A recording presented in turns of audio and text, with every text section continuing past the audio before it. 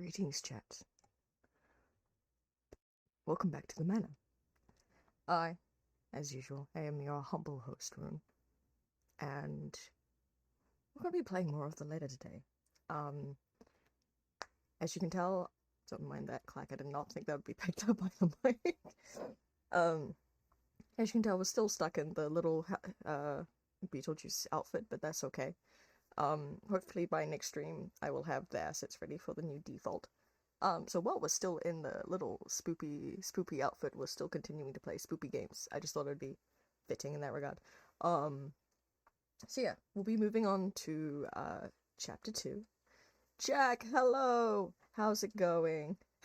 Nice to see you again. But yeah, we'll be playing a snooty Miss Hana, right? As we try to figure out why she's trying to buy this manor. I'm doing well, just woke up. Nice. It is currently noon for me. But yes, I also forgot to, what about you? I'm doing good. I may or may not have inhaled food before going live. But aside from that, I'm doing pretty good. 7 a.m. Nice. That's a bright and early start. But yes, to remind chat, why we're doing, why we have this certain little funky wonky, I'm so good at doing things, guys, hashtag experiment in the, no, not hashtag, exclamation mark experiment in the chat. I completely forgot, we still have, I have this beautiful little slide, just to remind everybody what we're doing, which is hitting Twitch affiliate before TwitchCon of next year. Soon I'll be saying this year. That's weird to think. It's literally 2025 is under 2 months away. It is time for the experiment. Yes. But yes. Without further ado, let's get back into the game, shall we? If I can remember how to do things real quick. There we go. So this is the letter. I've played it a bit on the chat channel so far. Literally, currently my only 2 games is FNAF and this. We will be branching out to more games eventually. I just rather have a new, do you have a Discord server by any chance? Not yet. That is one of the goals for once we do hit affiliate. Currently, it's just my socials. But yeah, no, that's definitely in the works, don't worry about that. When will it be available? Soon. Hopefully, depending on if we hit affiliate or not. I checked this morning, I have hit 1 out of the 4 prerequisites. So I have now streamed enough for it. After 2 more streams, will hit the 7 days prerequisite. The only thing I need to do now is hit the viewer and the followers. So that's gonna be fun. But yes, we shall get into the game. If I don't even have it pulled up on my own end. There we go. Did we start back up in the right spot? That's actually the good question. Yes, we did. Okay, cool. I was a little worried about that. So, before we get into the actual game itself, just to run you by what's happened. It's time to pray for the energy. So, this game, The Litter, is like this visual novel horror story about something, basically a haunted mansion. It's really silly, really goofy. So we've just done the first chapter as, I gotta go back to here first. We've done the first chapter as this character called Isabella. She works in real estate, and she was one of the people in charge of selling off the Ermengarde mansion. I have to word it so specifically, otherwise people are gonna pronounce it in the funny mean way. Best way to deal with any haunted mansion is just do arson. Bet. I'll think about that when we get to that part of the route. I've played this game before in my own time, so I've done quite a few of the routes. I I'm pretty sure burning them down is one of them. I don't know how to get to that off the top of my head, but we'll think about it. But yeah, so Isabella was trying to sell the mansion to someone, and she found this letter that you can kind of see right here. And it's basically a chain letter, if you know what those are. I don't think many people do now, but like it's basically this spooky little horror thing that it's a spooky little thing that like it's just like you get a message and you have to send it to like 5 or 10 people or else. It's more common nowadays to see those in emails and other things like online, but no, this is a physical piece of paper because it's a physical ghost. Spooky. And because people have now seen this letter, people have started having bad times. For example, if we go into the timeline. So we've covered, so it started off with chapter 1 being Isabella was visiting her friend who's a school teacher, picking up the letter, and then meeting what's called a ghost. We don't know her name yet. She just wants help. She just keeps saying help me. She got a concussion falling down the stairs. So her colleague Rose and one of the people that were looking at the mansion were like, are you okay? But we were able to do the open home just fine. And went to go see a movie, and then all of our friends now saw the letter, so all of them are cursed now. Yippee! The reason why Isabella is doing what she's doing is because she's trying to give mum money to her father at home, who is suffering from a terminal illness. And she got the money because the Wrights, who are this fancy couple, which we get to play the wife for soon, she was just like, yeah, we're buying this place, here's some money. We go out for lunch with our friends to celebrate, and then we see the scary woman again, and we're like, oh no. So then we decide to go meet with this guy called Professor Clark, who does a lot of psychology things to see what was going on in that case. On Sunday we met Clark. We met brain. It's functioning. The what's it called again? Interior design person that the Wrights had hired was taking her cat to the vet. We met the cat. And then we found out our colleague is dead.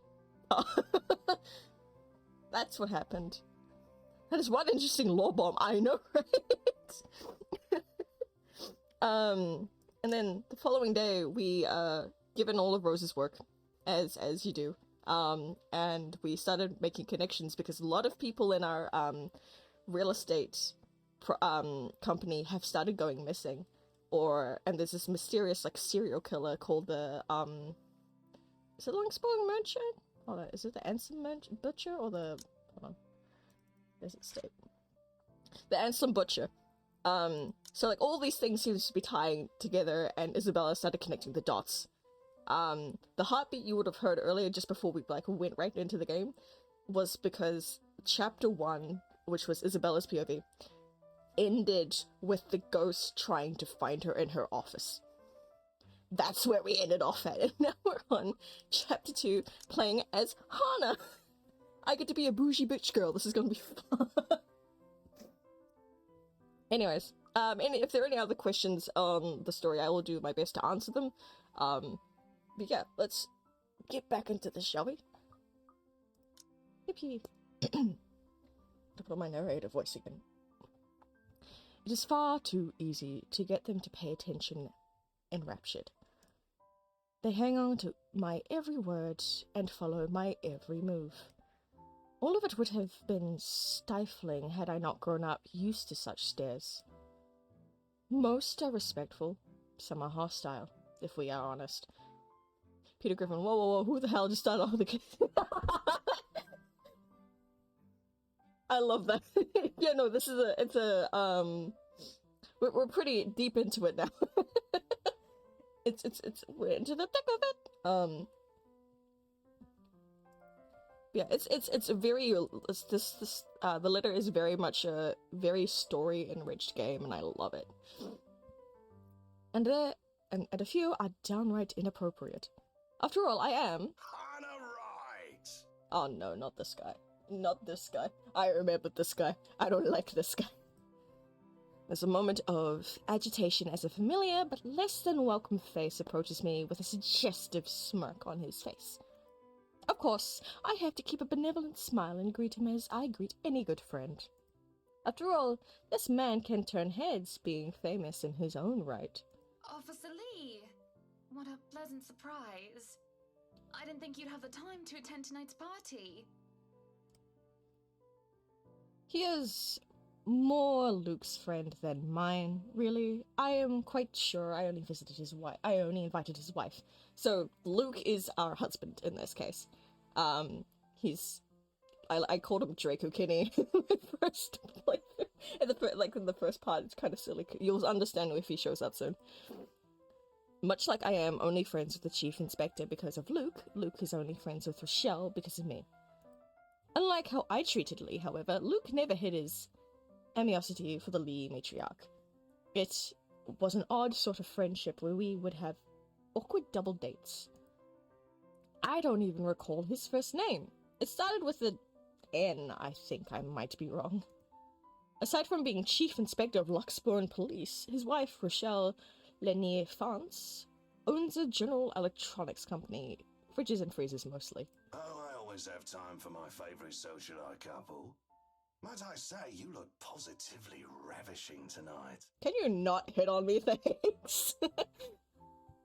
I see the husband isn't with ya. No, I don't like that. Nuh-uh.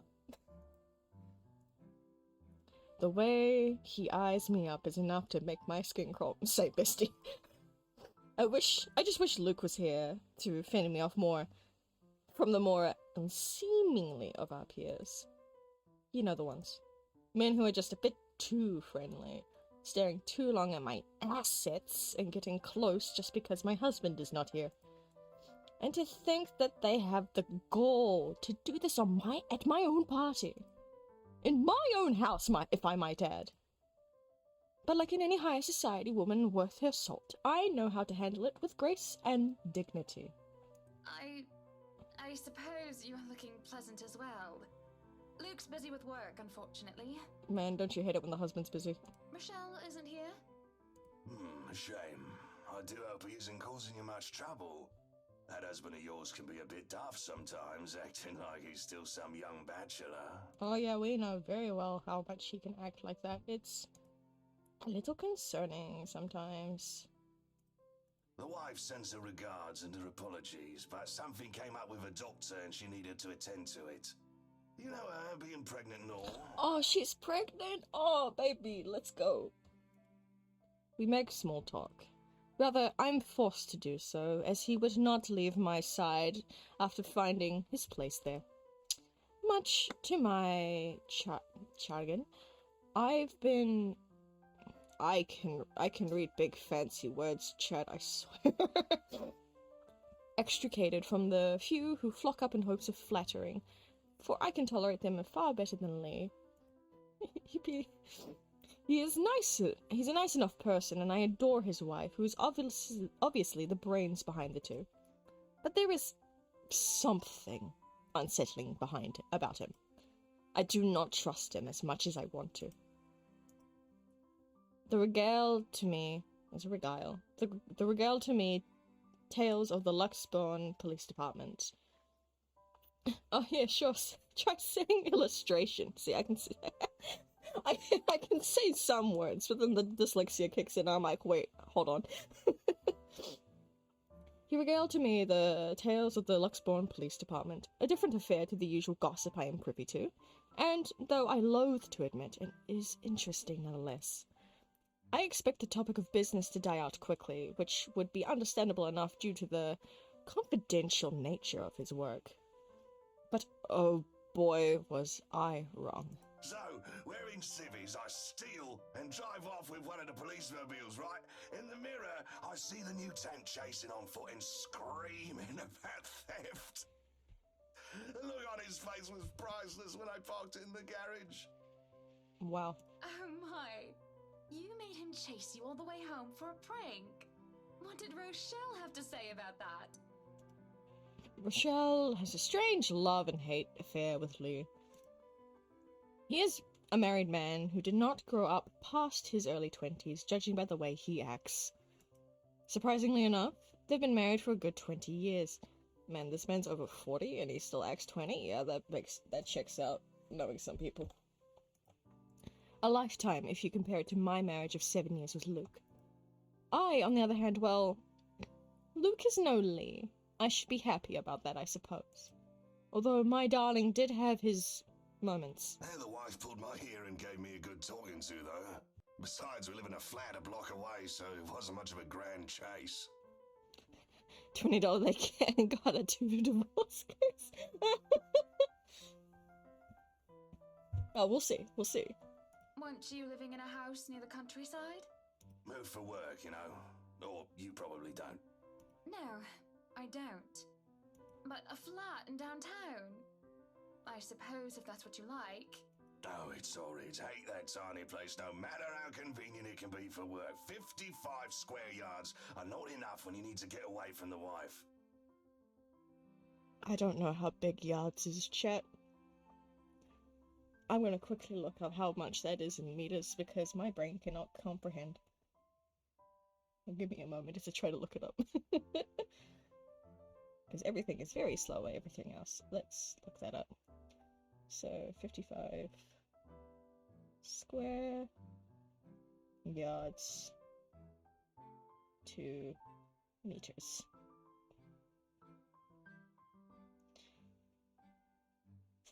That's roughly 46 square meters. Trying to do math here. That's... yeah, okay, I can see why that's small. Yep.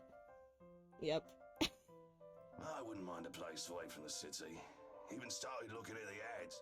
I spied an interesting lot, actually. Heard it was finally put up for sale. Or that something mansion, you know the one with all the ghost stories. Ermengarde. I know what he is talking about.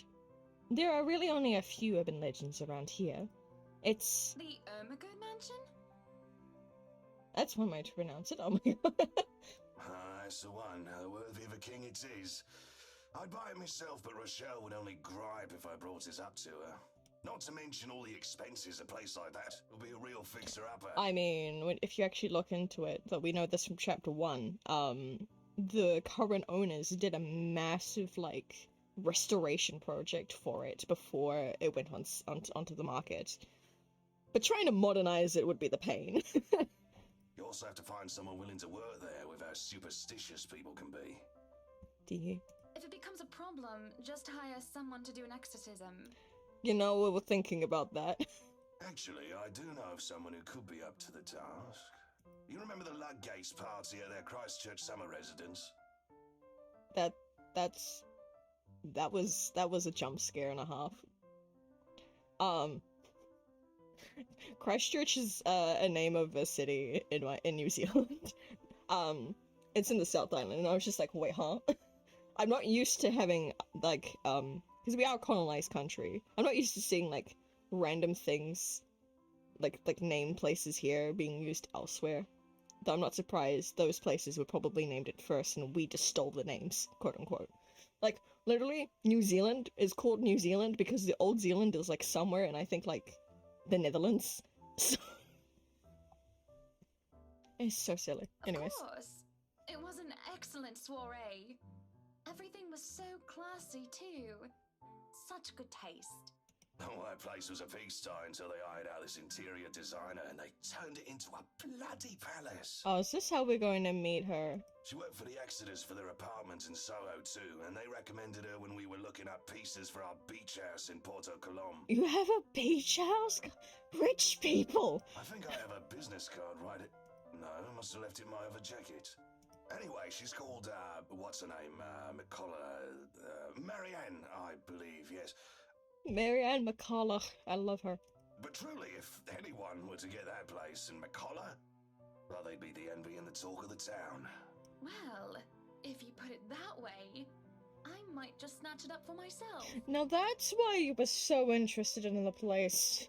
Like, from Isabella's POV, she was just trying to buy it without even looking at the place first. This place was starting to feel a bit small lately anyway. Sure, a 3-story penthouse might not fit the definition of small for some people. 3 stories? Damn. Okay, maybe for a lot of people. Okay, at least she's aware. At least she's somewhat aware. But it isn't big enough to have a grand parties in. The rich, am I right? 3? I know, right? The only times I can think of, like, 3-story, like, places people could get are in, like, their actual, like, space in itself is, like, tiny. Like, it's just really, really, really small space for all 3 stories. So I'm just sitting here like, fucking huh? As it is, I only invited about 30 people to this one, and it already feels cramped in here. Damn. It certainly would be nice if I didn't have to ride an elevator up and down several floors before I can get anywhere as well. Elevators? Damn. Damn, look at, like, the fancy stairs and the bookcase and the TV and just... Bruh. All Luke's words, and not mine. And besides, I have been looking for a good anniversary gift. Luke might like this one. Where is he, anyway? Oh, just jump skip. Who are you? Hold on. The brain. That's not the one I want. I want the timeline. So, like, we just went from here, and we're now, like, what, on the 21st? Damn. We just jump skipped. But this is the husband. This is the husband right here. This is Luke. You see why I say Draco Kinney? Luke is dressed to the nines, as he usually is, and he looks ready for whatever the day will throw at him. His butler and valet wait at his side, just in case he isn't as ready as he looks. Oh sure, that is normal. What is confusing me in the fact is he is on his way out of the penthouse, considering we don't have anywhere to go until much later. Where are you going? I am to attend the Triad Autumn tasting. I do believe I informed you of this 2 weeks ago. Yes. And might I remind you that I had stricken that off your schedule? Because 1, the doctor told you to stop consuming so much alcohol. And 2, I informed you a few days ago about the open house we are going to attend in its place. I've even found this marvelous interior designer, Mary Ann McCullough. It's a 3.5-hour drive to Cardiff. I don't have time for this. This is like that little party you threw all over again. You don't inform me of it, and you expect me to stay and be a gracious host when I have business elsewhere. Miscommunication. Don't we love that in our story? You know how I operate, Hana. Unless this was penciled in, I am sticking to my schedule. If I may intrude, the madam is correct. Your physician did insist you moderate your drinking, unless you wish to incur acute pancreatitis. Ooh, I don't even know what that is. I know that's got the word pancreas in there, and I know that's an organ in your body. Hold on, we're looking this up. This is where Rune gets to educate himself. Oh, I love miscommunication. It even dies on here. What? I twitch. Pancreatitis. Pancreas inflammation.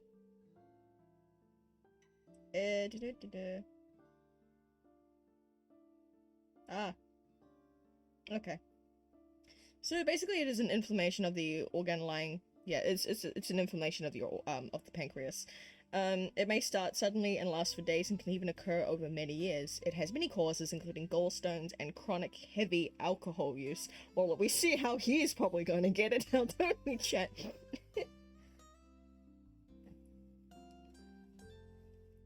And you did have this open house penciled in last Wednesday morning. Bullocks, I don't remember doing so. Well, you did. While very hungover, in fact. Well, that's how he can't remember it. The man's hungover as shit. He did. Moaned about me being too loud, but gave in after some pushing. Perhaps it was a bit too cruel and manipulative of me, but... Whose side are you on? Come on, Luke.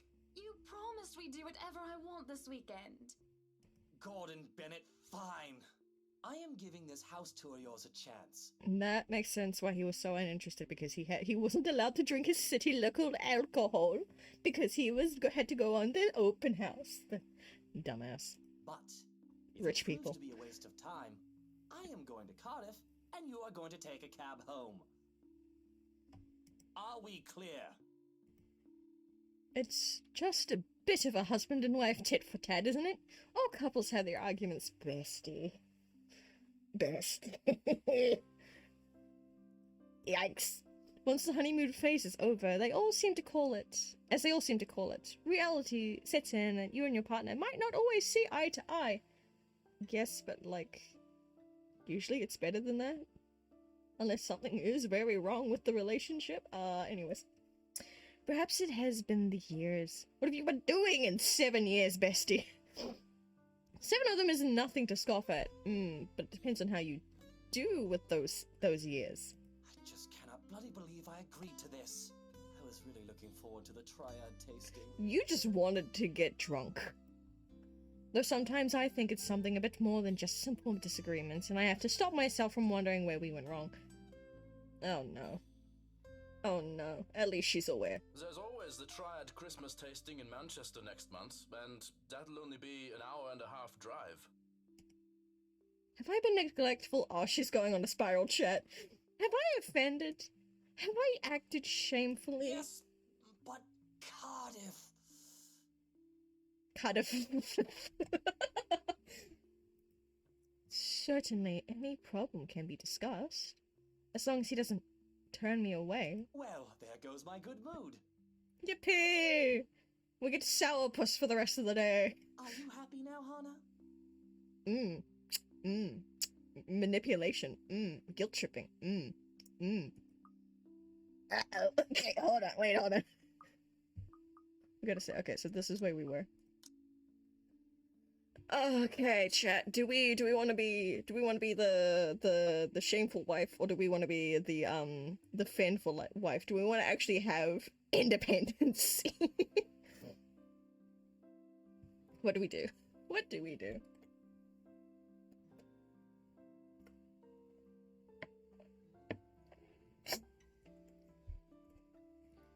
Cause you either become traditional, quote-unquote traditional housewife, or you be quote-unquote woke, depending on what side of the coin you're on.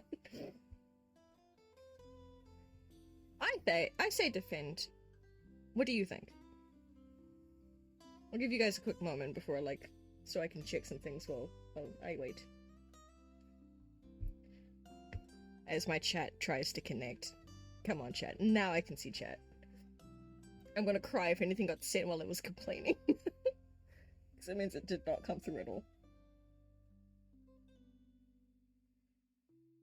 Why are people trying to mess with people?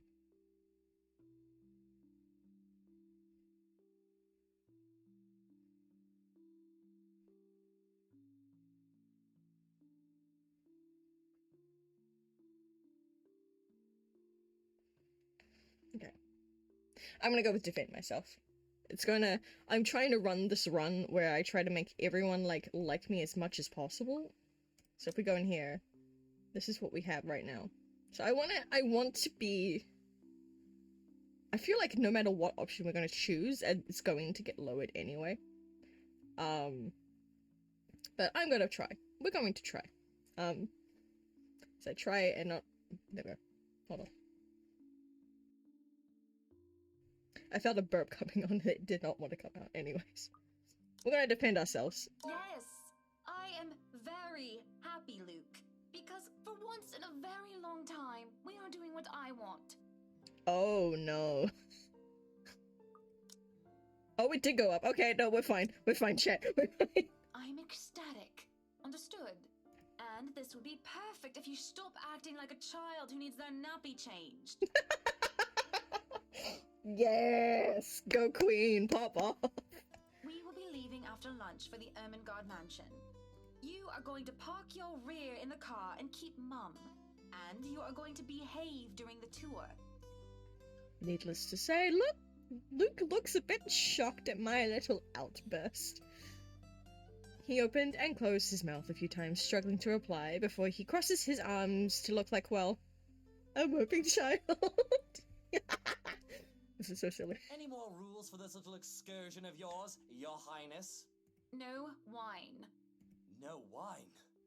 No wine and no whining. Unacceptable! I am already not allowed to the tasting, and you would deprive me of that simple pleasure? If I see you take one sip today, I will put the stocks under lock and key. Do you understand me?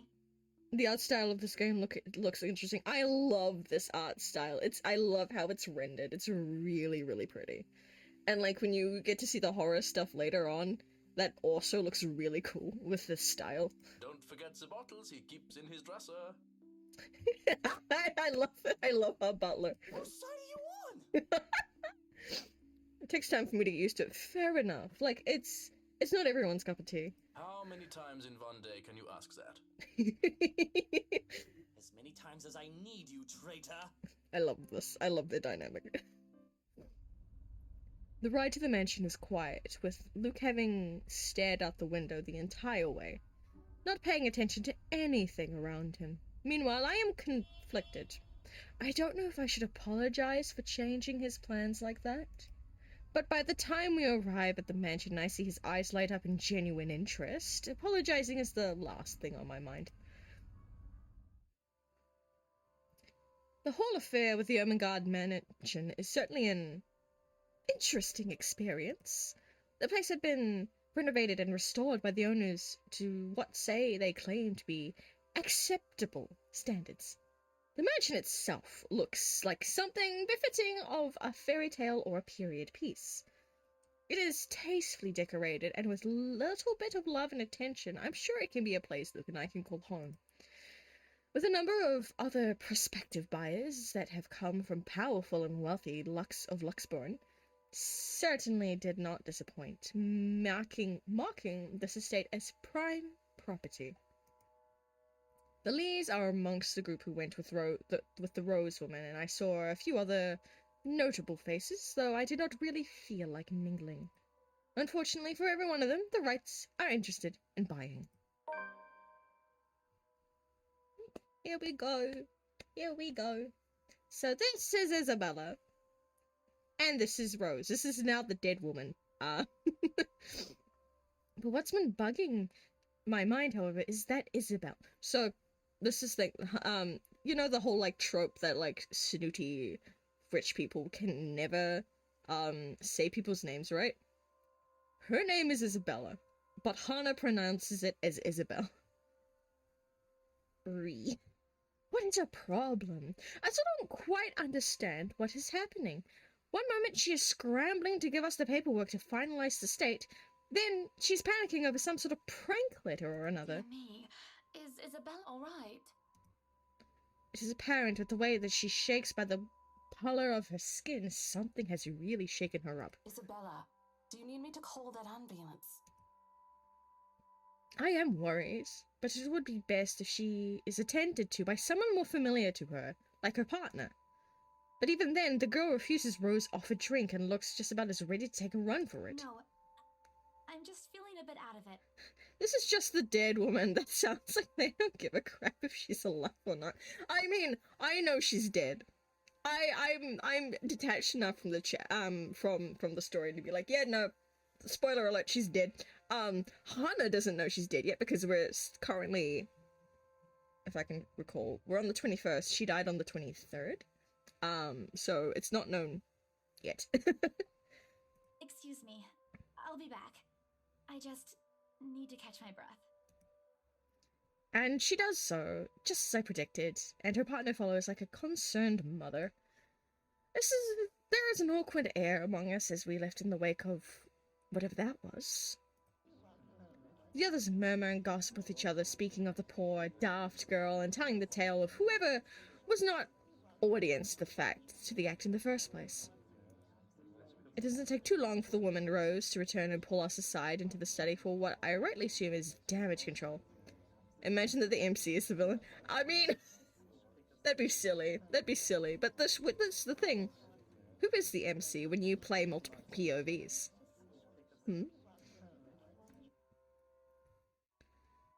look, we're in the study. I haven't seen this room in a long while. Rose invites Marianne too, hoping to apologize to her as well. But the woman refuses, saying she's not one of her clients anyway. That leaves myself, Rose, and Luke.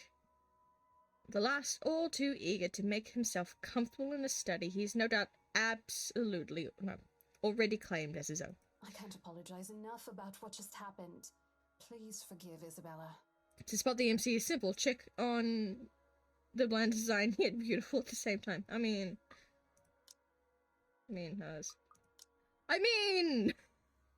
we start off as her. She kind of counts, right? She's been under a lot of pressure lately. She's young, and all those rumors about this being haunted just got to her head. And it must be this terrible heat, too. Not a drop of rain for days now. I wonder why. Are you sure it is wise to just let her go like that? Where is the poor dear? She might get hurt. I'm glad Hana does actually care a little, at least acts like it. She's more likely to hurt somebody else, given what just happened. Luke, shut the fuck up. I told her to sit down and take a break. Already rang someone to pick her up, too. That might be for the best, dear. But please, we're here to talk about the mansion, yes? Why, I absolutely adore it. Don't you, Luke? Some of the rooms will certainly have to be repurposed. We want to change the appliances and have Marianne lead on the decor, but the whole thing is just lovely.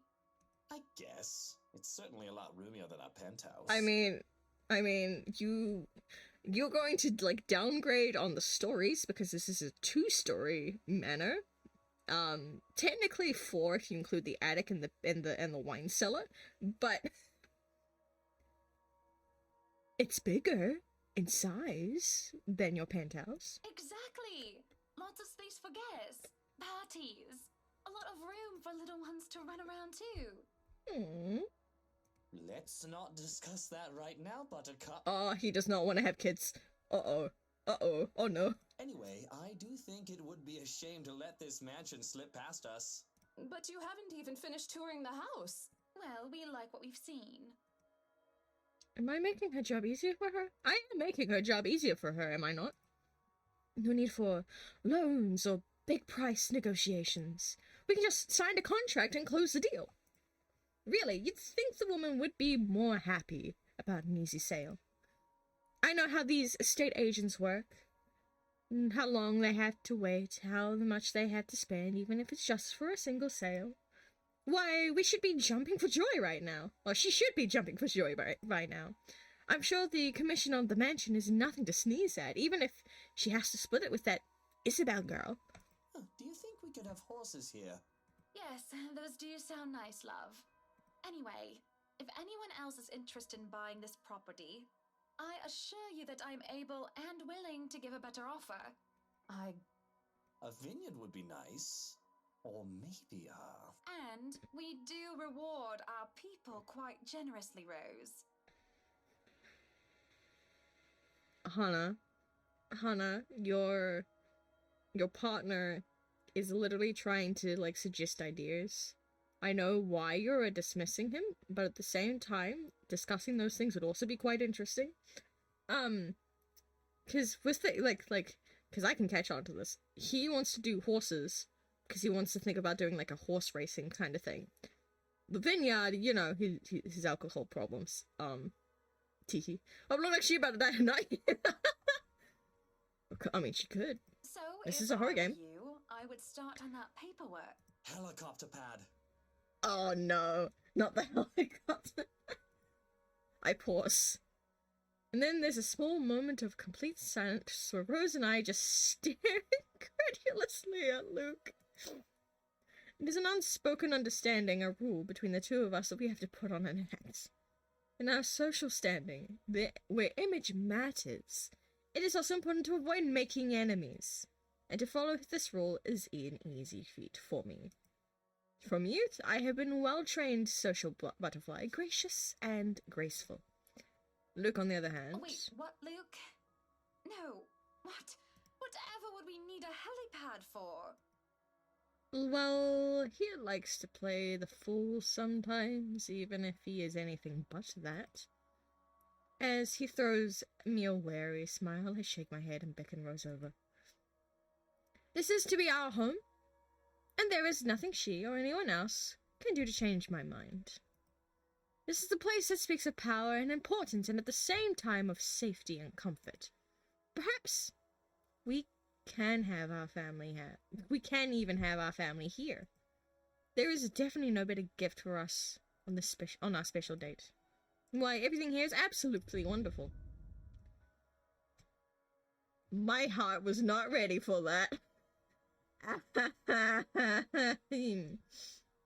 Anyways, well, except for this ugly painting in the study.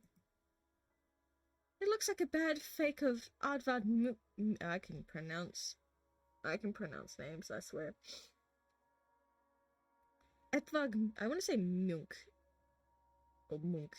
Or Munch. I don't think it's Munch. This sounds dramatic. It might be Munk. Like an Edvard painting. Here's the deal. I'm willing to pay 10% higher than your listing price. If anyone tries to outbid us, just add another 5%. I doubt anyone can, of course. Or, you know what? Just add 15% to the listing price, and we can sign all the paperwork now. I guess, if that's what you want. That won't be any trouble. Teehee, imagine selling a house that's haunted. I don't have all the papers now. Didn't think this would be a quick sell. Understandable, neither did Isabella. Both of them were like, this place has so many rumors, I don't think anyone would want to buy it. This is going to take us a while. So... I'll have copies sent to you so you can look over them. And if you'd still like to finish the rest of the tour with Isabella's group, you're more than welcome to. No, I think we're good here. We'd appreciate a private tour of the place a lot more, I think. All right. Should I let Marianne in, then? Marianne? Oh, right, she's been waiting outside the study this whole time, hasn't she? I'll need a little bit of a chit-chat with her to move this little mansion project forward. It has so much rumor the T spelling is equal to a sinner. Exactly! Please do. There's a look of apprehension when the other woman enters the study. Yet, like a professional, I see the moment where she steals her stuff and masks her worry. Admirable. We have this project then? Of course. Will you be needing anything from us?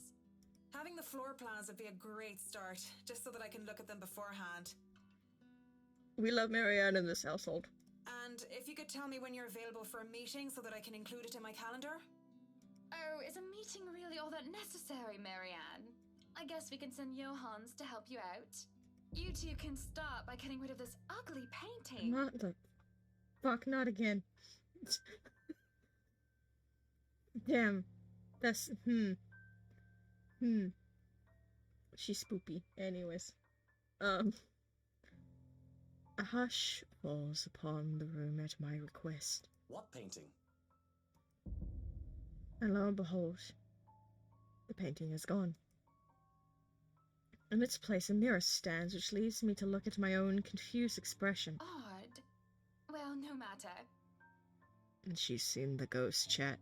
She's seen it. Back to the topic at hand. Marianne, dear, we are simply far too busy to meet up. Save!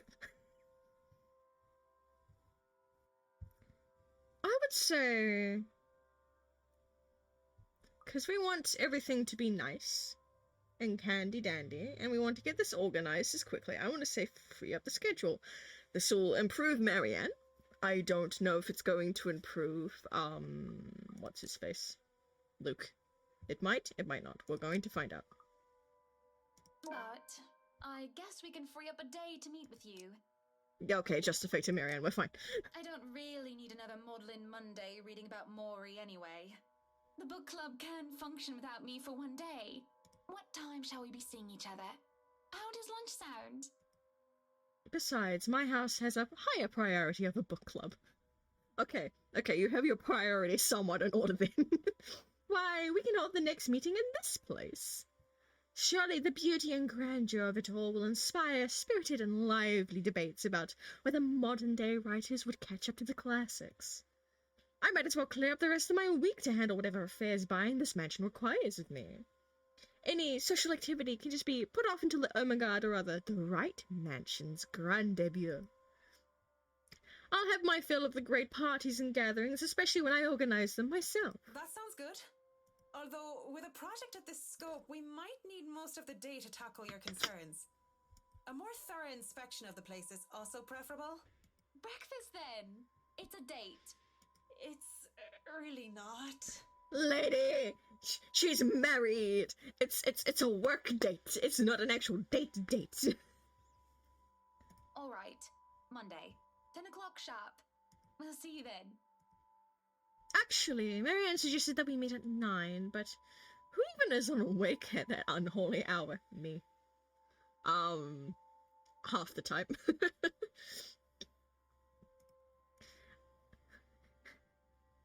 And that's why it's best to be direct with stuff. Exactly.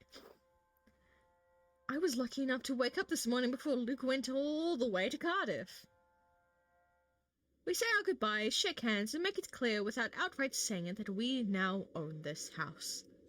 By the time we left the mansion grounds, sunset is almost upon us. So, you really want to buy this place then? Oh my god, finally, different music for when we're in a car. That's so nice. It's been elevator music for the other one, for like a taxi car and like for one of the other like pro-tax cars. I'm sitting here like, finally, some good damn music.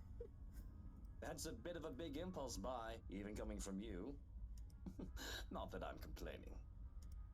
I feel elation when I hear those words from him. It's not every day one is able to please someone like Luke. Oh no. He gives away false flattery to sway those who starve for his attention and approval. But in the privacy of closed doors, he would often express his grievances. He neither censored himself in front of me, nor spared me from his criticism. You have been saying the penthouse was getting a bit too small for you. Happy anniversary! Oh. That time of the year already? Damn! You forgot about it last year, too. I understand that he's a busy man, but... Is that why you want to buy it? Yes. You don't like it? I do. But I remember you used to talk about how you wanted to live next to the beach. Botany Bay, Kent. I remember the sea, water that stretched on for miles and miles, as far as the eyes can see. As a kid, I loved our beach trips, swimming all day as much as I could. I was a well-behaved child, and the only time I was ever truly difficult was when I refused to get out of the waters, even when my fingers had gone all wrinkly. And even when they managed to pull me out of the water, there was always sandcastles. The day before we married, I told Luke that I wanted a house on the beach and a dog. And a kid or two. None of those came true 7 years later. That was a childish dream. Living next to the beach is so impractical if you really think about it. I don't know. It's not a bad thought to see you in a bathing suit every day. Oh no, they're being lovey-dovey in slash sexual terms. Yeah. Disgust. Maybe another time, love. We still have forever, don't we? He says nothing, only grabbing my hand and holding it tight as we spend the rest of the ride home in silence. I miss the sea.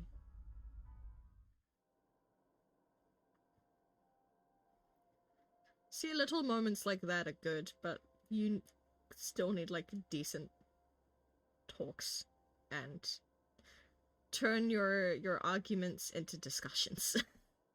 They're still having arguments. Sick and hovering over the loo at 3 in the morning. The picture I paint right now is hardly glamorous. I didn't know that me making a gagging noise was going to be foreshadowing. A horribly fishy taste is left in my mouth as I throw up what I had for dinner. I hate the acrid stench that fills the lavatory. The burning sensation at the back of my throat was of no help whatsoever. And I can feel another wave of nausea come up on me when the door opens. Hannah, what are you doing so early out of bed? I'm fine, love. I must have just eaten something bad. That's all I managed to say before vomiting again to the porcelain throne. Lovely. Just go back to bed, Luke. I'm going to clean up here. I refuse to look at him. I don't want him to see me like this. The last time I've had a horrible morning reaching into a toilet was during my college years, being the life of the party. Thoughtless and shameless, I had thrown away months of frivolous merriment and pointless hookups. I didn't even retain any of the connections I made from that time. Sure, they still know of me and I still know of them, but we still do business from time to time. But I've lost touch with anyone who I didn't see on a daily basis. I hardly have any of the friends I had when I was still Hannah Evans, teachers, fellow university students, drinking buddies, and the old conquests like Jack. No, don't touch me, sweetie. It's disgusting. Oh, why? I think it's really funny. Why are they dressed in the nines and going to bed? I'm disgusting. Oh, darling. Darling, no. Darling, no. Darling, no. Luke sits down next to me on the toilet floor to hold my hair as I cough up more fish. He wipes the vomit from the corner of my mouth and just stares. Do I need to fire someone? I don't feel sick. Just feeling a bit under the weather, dear. It's been unbearably hot as of late, hasn't it? Darling, just get a fucking bath! I mean, that could, like, probably work post throwing up. You don't want to throw up while you're having a bath. That's disgusting. I do wish it would rain. Are you sure it wasn't those sweets? I told you not to eat those sweets. Maybe. Well, don't laugh. Okay, this is actually kind of cute despite the situation. Well, I can't help if you make that sort of face. I genuinely, like, I've played through this game a lot and have gotten, like, I want to say about, like, 50% of the achievement, like, of the endings. I have never seen this scene, so that's a delight. He starts, oh, look at her! Oh, that's so cute. He starts chuckling and soon enough he's in a fit of laughter. The scene happening next to a loo, filled with sex, just makes the whole thing bizarre, and it nearly makes me start giggling as well. I try to stifle it though, as I smack him on the shoulder. I'm not making a face, Luke. Stop laughing. Shut up. When he could not stop laughing, I let myself go as laughter bubbles from my own throat, and I forget whatever the ill feeling plagued me. We are just husband and wife laughing together at a funny face. Ah, the little things in life. I let myself go because I know what these moments will not last forever. But if I just know the terrible things that are to come for us, I would have wished with everything I have then and there that laughter stayed. We're jumping ahead. Holy shit. Hold on. No, we need to go back to the journal. Okay, so we've got the happy anniversary stuff. But we just went from here to so that's a 4-day jump. And now we're here. Chat, we need to stop jump skipping. The place is bustling with movers carrying furnishings here and there, along with several trunks of personal belongings taken from my penthouse. Luke watches them like a hawk, making sure nothing is handled carelessly or gets stolen. Careful now. I know your pictures are framed by cheap plastic, but those are framed by African Blackwood and are one-of-a-kind commissioned paintings. I mean, at least he shows actual, like, care for his stuff, I guess.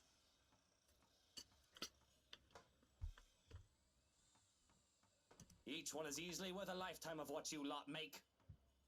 But he's gonna be a shit about it, gotcha. Luke, do the dishwashers go into the kitchen or the butler's pantry? Okay, that is actually an interesting question. That's something I don't know how that should be answered. You would think, okay, so from like their perspective, usually they have other people clean their dishes, so putting them in the butler's pantry would make sense. Because, to my understanding, please correct me if I'm wrong, but I thought that the butler's pantry was where the servants and stuff did, like, certain preparations of meals and did all the cleaning out of the way, so it wouldn't be quote-unquote seen. So it would make sense in the butler's pantry. Unless they wanted to do stuff themselves, then it would go in the kitchen. Pantry, Buttercup. Careful, that's Emma No, you there, put that down. You do not manhandle a Napoleon Abueva. Oh my god. Okay, so it is pantry. Okay, cool, good to know. I can see the exasperation, and I have to send the foreman an apologetic glance. Even your highness rolls his eyes as he goes by.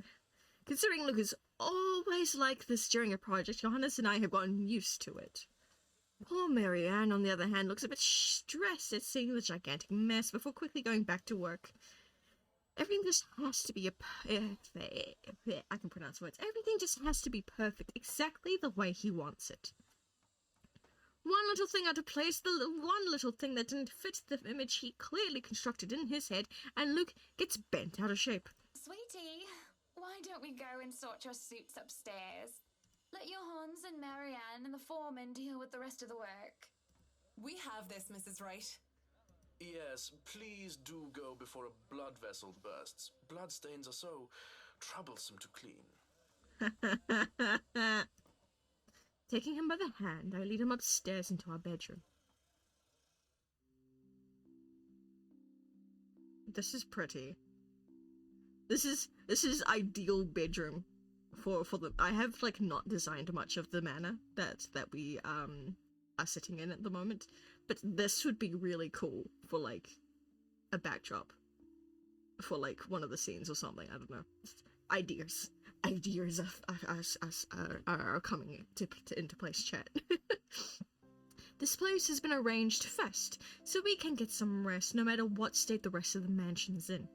I am definitely glad I can just lie down on a soft, comfy bed after what has been a busy morning. Watching Luke act like his life depended on getting this move done is tiring all on its own. And to think I have a whole day of this ahead of me. I feel the deep, I can read. I feel the bed dip beside me as Luke sits down with a sigh. Well, I can't wait for this to be over. Pockets, Jack. I don't know. It's fun seeing you all fired up.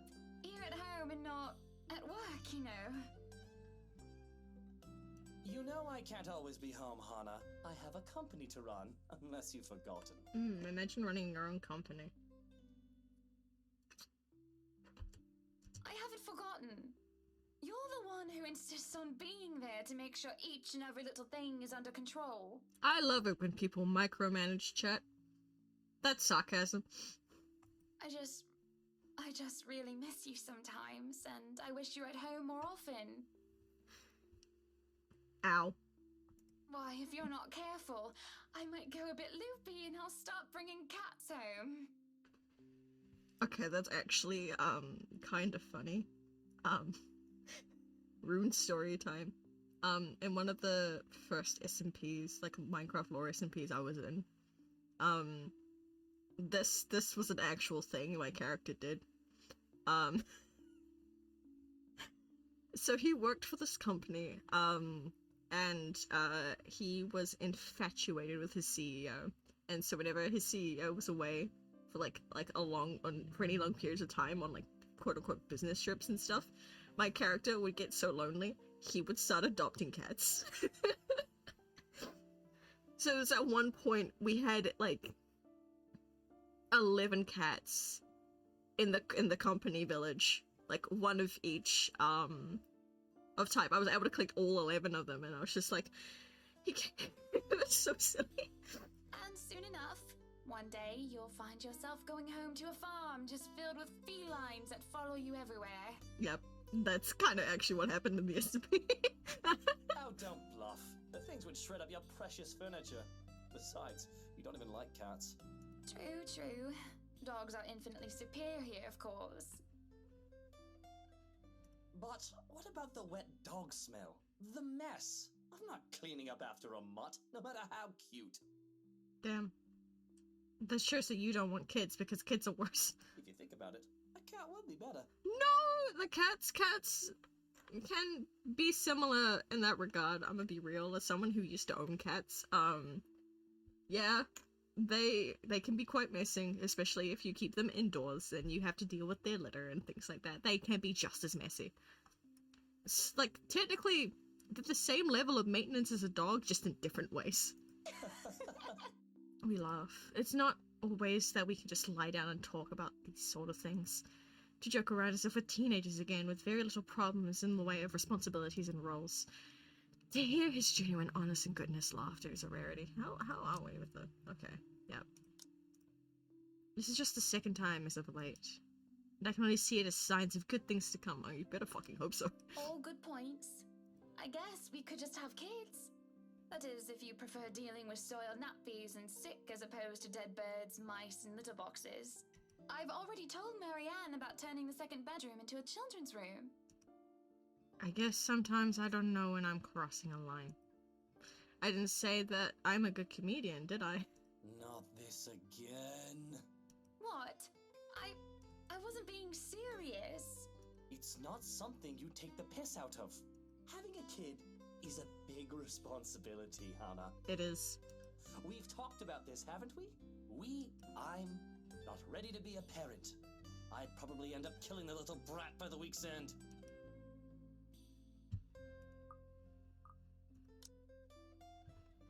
I don't know how to respond to that, chat. I'm gonna be real. That's a... I mean... Man, this game gets real. I'm gonna be real.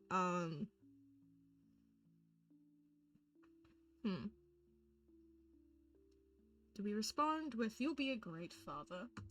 Or do we apologize for bringing it up? Because I'm sitting here, looking at the fact that our previous scene was her having symptoms of morning sickness.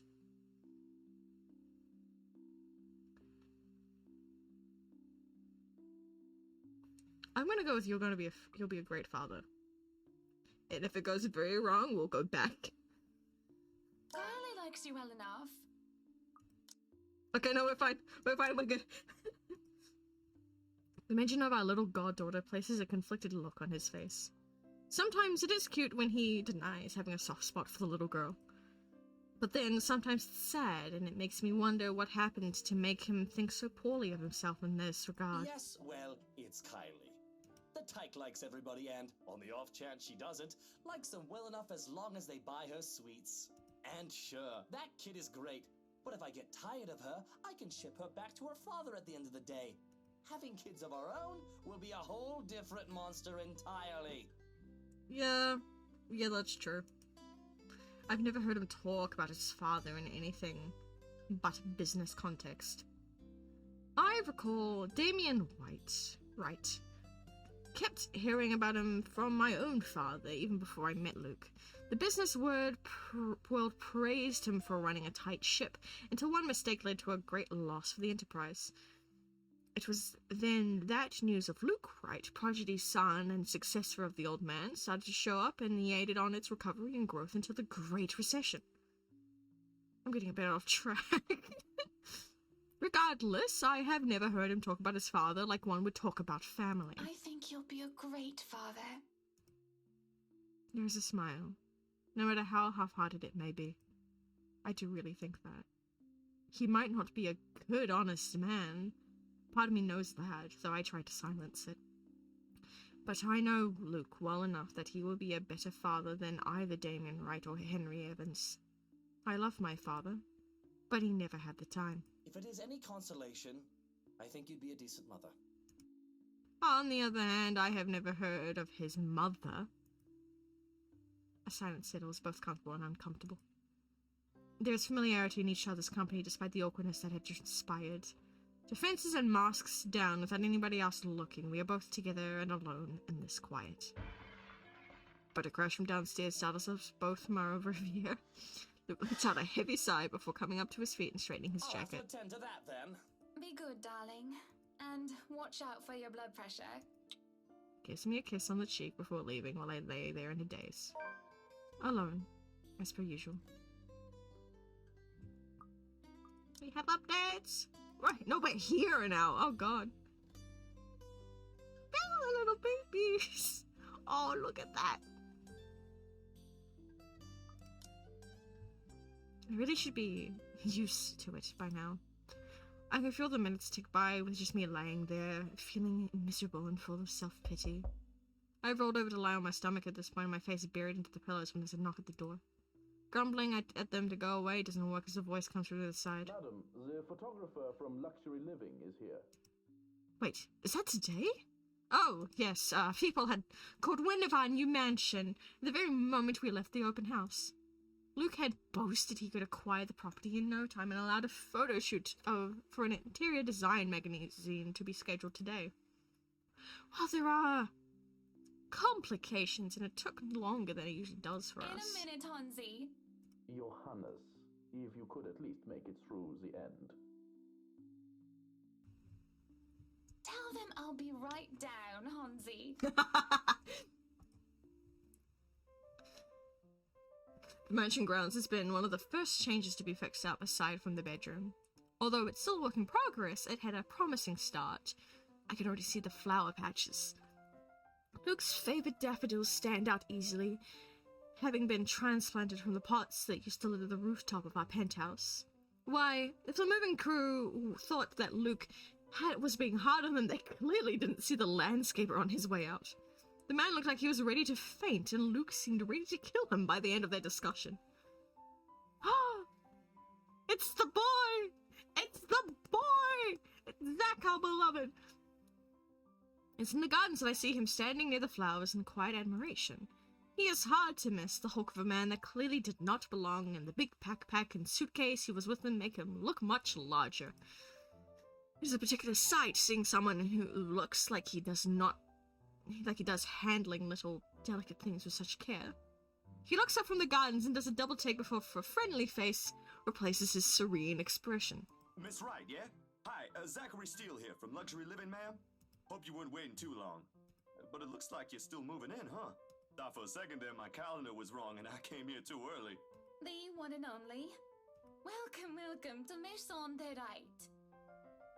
Maison de Right sounds pretty nice, actually. And yes, we've been in the process of moving in as we were delayed, but it won't be a problem. They're just adding a few things here and there, and you should still be able to do your work. Where's the rest of your crew then, Mr. Steele? Zach is fine, please. Mr. Steele makes me feel like I'm a mascot for a cleaning product. Oh, it's kind of silly. Anyway, I'll be your one-man crew for today. Don't worry, been doing this gig for a while now. We love Zach in this household. You must be quite the veteran to handle this on your own. We've had a full crew coming into our penthouse the last time we were covered in your magazine. Veteran? Oh, your words are too kind, Miss Wright. Hannah, if I get to call you Zach, you have my permission to call me Hannah. Alrighty then. Anyway, I'm no veteran, but I know my camera well enough to make sure this is a good shoot. You can trust me on that, Miss Wright, Hannah. Hehe, I love them. Monsieur le photographe. I hope I pronounced that. I did not see that long enough to be able to process it. Oh, I miss hearing those noises. Zachary proves quickly enough that I can, in fact, trust him. His skills with the camera and experience in this industry are, at the very least. He is kind and courteous, listening and following as I lead him around the house. A really nice fellow, and he treats our household staff well whenever we cross paths with them. I answer his questions to the best of my ability, and he is patient enough to answer mine whenever I get curious enough. For one, I ask what the bags are for. They are quite the magician's toolkit. From inside it had procured several items to embellish the interior with. I have something in my eye. This is not helping to be able to read if half my vision is blurry. Oh, my shit. Is it on yet? It's better now. bowls of fruits, lemons, trays of peppermills, stacks of cookbooks, cutting boards, and glass canisters filled with colourful nuts and grains are brought from the kitchen setting. For the bathroom, we have white towels, seashells, and decorative soaps. There are other things as well, too numerous to count, all in that large backpack and suitcase. Tricks of the trade. Softens up a room, makes a place feel more homey, and fills it up with texture. Texture is good, chat. Texture is very good. I say this as an artist point myself. Texture is sublime. But you guys probably have better stuff I can use for this. No lights? Don't tell me all of these are just props. Well, I've got my tripod here. For things like these, natural light is best. I'll just have to set the shutter speed to a real slow setting, and as long as nobody steps into the shot, it'll look great. Yes, this makes a lot of sense. As someone who has done camera work, that tracks. Oh, it better. We go through all the rooms one at a time, although we first tackle the ones that the movers have no business in anymore. The ballroom needs a little preparation with its grand design, although there is some trouble at first with the wide open space and the pictures being backlit. It's in the kitchen that Zachary's props come in handy, considering how Johannes kept the place so neat and sterile. One can practically eat off the floor. I'd highly recommend not. We carry on touring the house and taking pictures where we can, with the exception to the rooms which have yet to gain any purpose or design. Too bad I can't take a sneak peek at his photos yet. Funnily enough, he is using traditional camera. I didn't even know film still existed. With the way he speaks, however, I can see that he knows enough about his craft that I'm not too worried about botched photographs. I imagine photography must be cathartic for him, judging by how at ease he looks while taking pictures. I mean, he needed this. Last episode, the film we saw was his film for, like, a film, industry, for a film competition, and, the critics were not nice. But he's very good at photography. There are small snippets of conversation in between the clicking of the camera. He even goes as far to talk about these terminologies like shutter speeds and aperture when I ask him about the technical aspects. Ma'am does not know what those are, and I don't blame her. I do. As a photographer, I do. I can't quite see the picture as it is made, much like when I watch artists paint on their canvas. It's just watching someone passionately practicing their craft such as it is exciting in its own way. Though going through the many rooms has been quite the exercise for the both of us. Look at them! Look at the pretty lady! Look at him and his craft. I love this. Hold on. Despite that, he has been so nice, and I find myself putting on my best smile. But as we're taking pictures in the foyer that evening, everything comes to a standstill for a moment. Just a moment. And had I not been paying attention, I wouldn't have even noticed. It's merely a split second when Zachary's rhythm is put to a halt.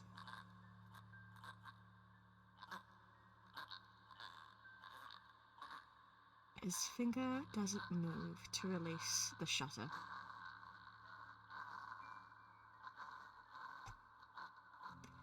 Chat, we loving this? Are we loving this little spooky, doofy, little ghosty wosty? Look at her bleeding all over the person. God damn it. Bad lady. Get your blood off of her. Yet, he also doesn't pull the camera away from his face. Gaze still firmly fixed through the viewfinder.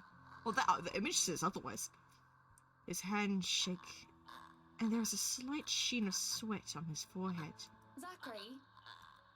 No response. Zach, is something the matter? Lowering his camera, he blinks and stares at something behind me before shaking his head. Turning around, though, I see nothing that could have gotten his attention. I loved how she turned, though. That animation, good soup. Oh, no, there's nothing wrong. I just remembered something, that's all. Let's get back to the pictures. Can you move a bit more to the left, yeah? I struggled to respond this time. There's a sudden weight on my back and an indescribable tightness around my throat. Everything stops. And everything starts again as I manage to choke out. If you're sure. I don't know what just happened. It's probably just a dizzy spell. I'm fine. He said he's fine. We continued at the same pace as before, although there is an unspoken agreement that we will not talk about what happened. So, is this a full-time job for you then? Nah, I just freelance mostly, for magazines, newspapers, and events. So you can't really call it a full-time job. I mean, freelance can be technically full-time. It's fun and it puts food on the table, but it's not what I really want to do. What do you want to do? Not all the time. What is it that you want to do then? Maybe I've been out of line sticking my nose into other people's business, but I can't help but ask. I regret doing so as I see his shoulders slump and the easygoing air as he fades away. As he fades away. He looks torn over whether he wants to talk about it or not. Films. Documentaries mostly. But cinematography is a lot more difficult than photography, right? Yeah. Now that I think about it, yeah. I was working on this thing, actually. What thing? Well, it wasn't really a big thing. People didn't like Blue Foncé very much. People don't like a film about colors.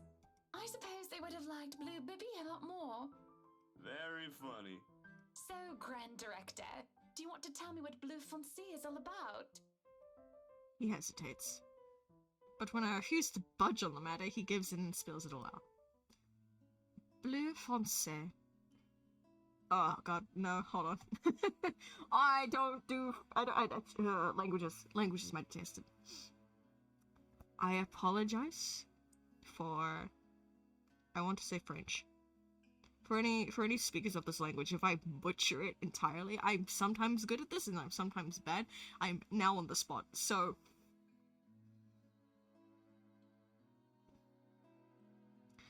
I can do most of it. I can't do the first word. Because I want to read that as Le Hue, but I think that's wrong.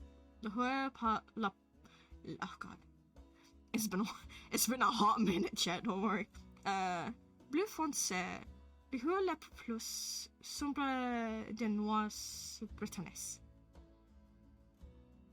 I did not do that right. I apologize profusely for the butcher. Dark blue, the deepest hours of the Black British. He speaks with passion of one who has gone through the very matter he is concerned with. There is conviction, knowledge, and experience in his speech. Why, I would have told him that he's an amazing speaker, or if only I wasn't so engrossed listening. Prejudice and discrimination in schools and in the workplace, lesser chances for opportunity and higher chances of getting treated like a criminal. He spoke of blacks and people of color in general still being treated like second-class citizens, all because of the color of their skin.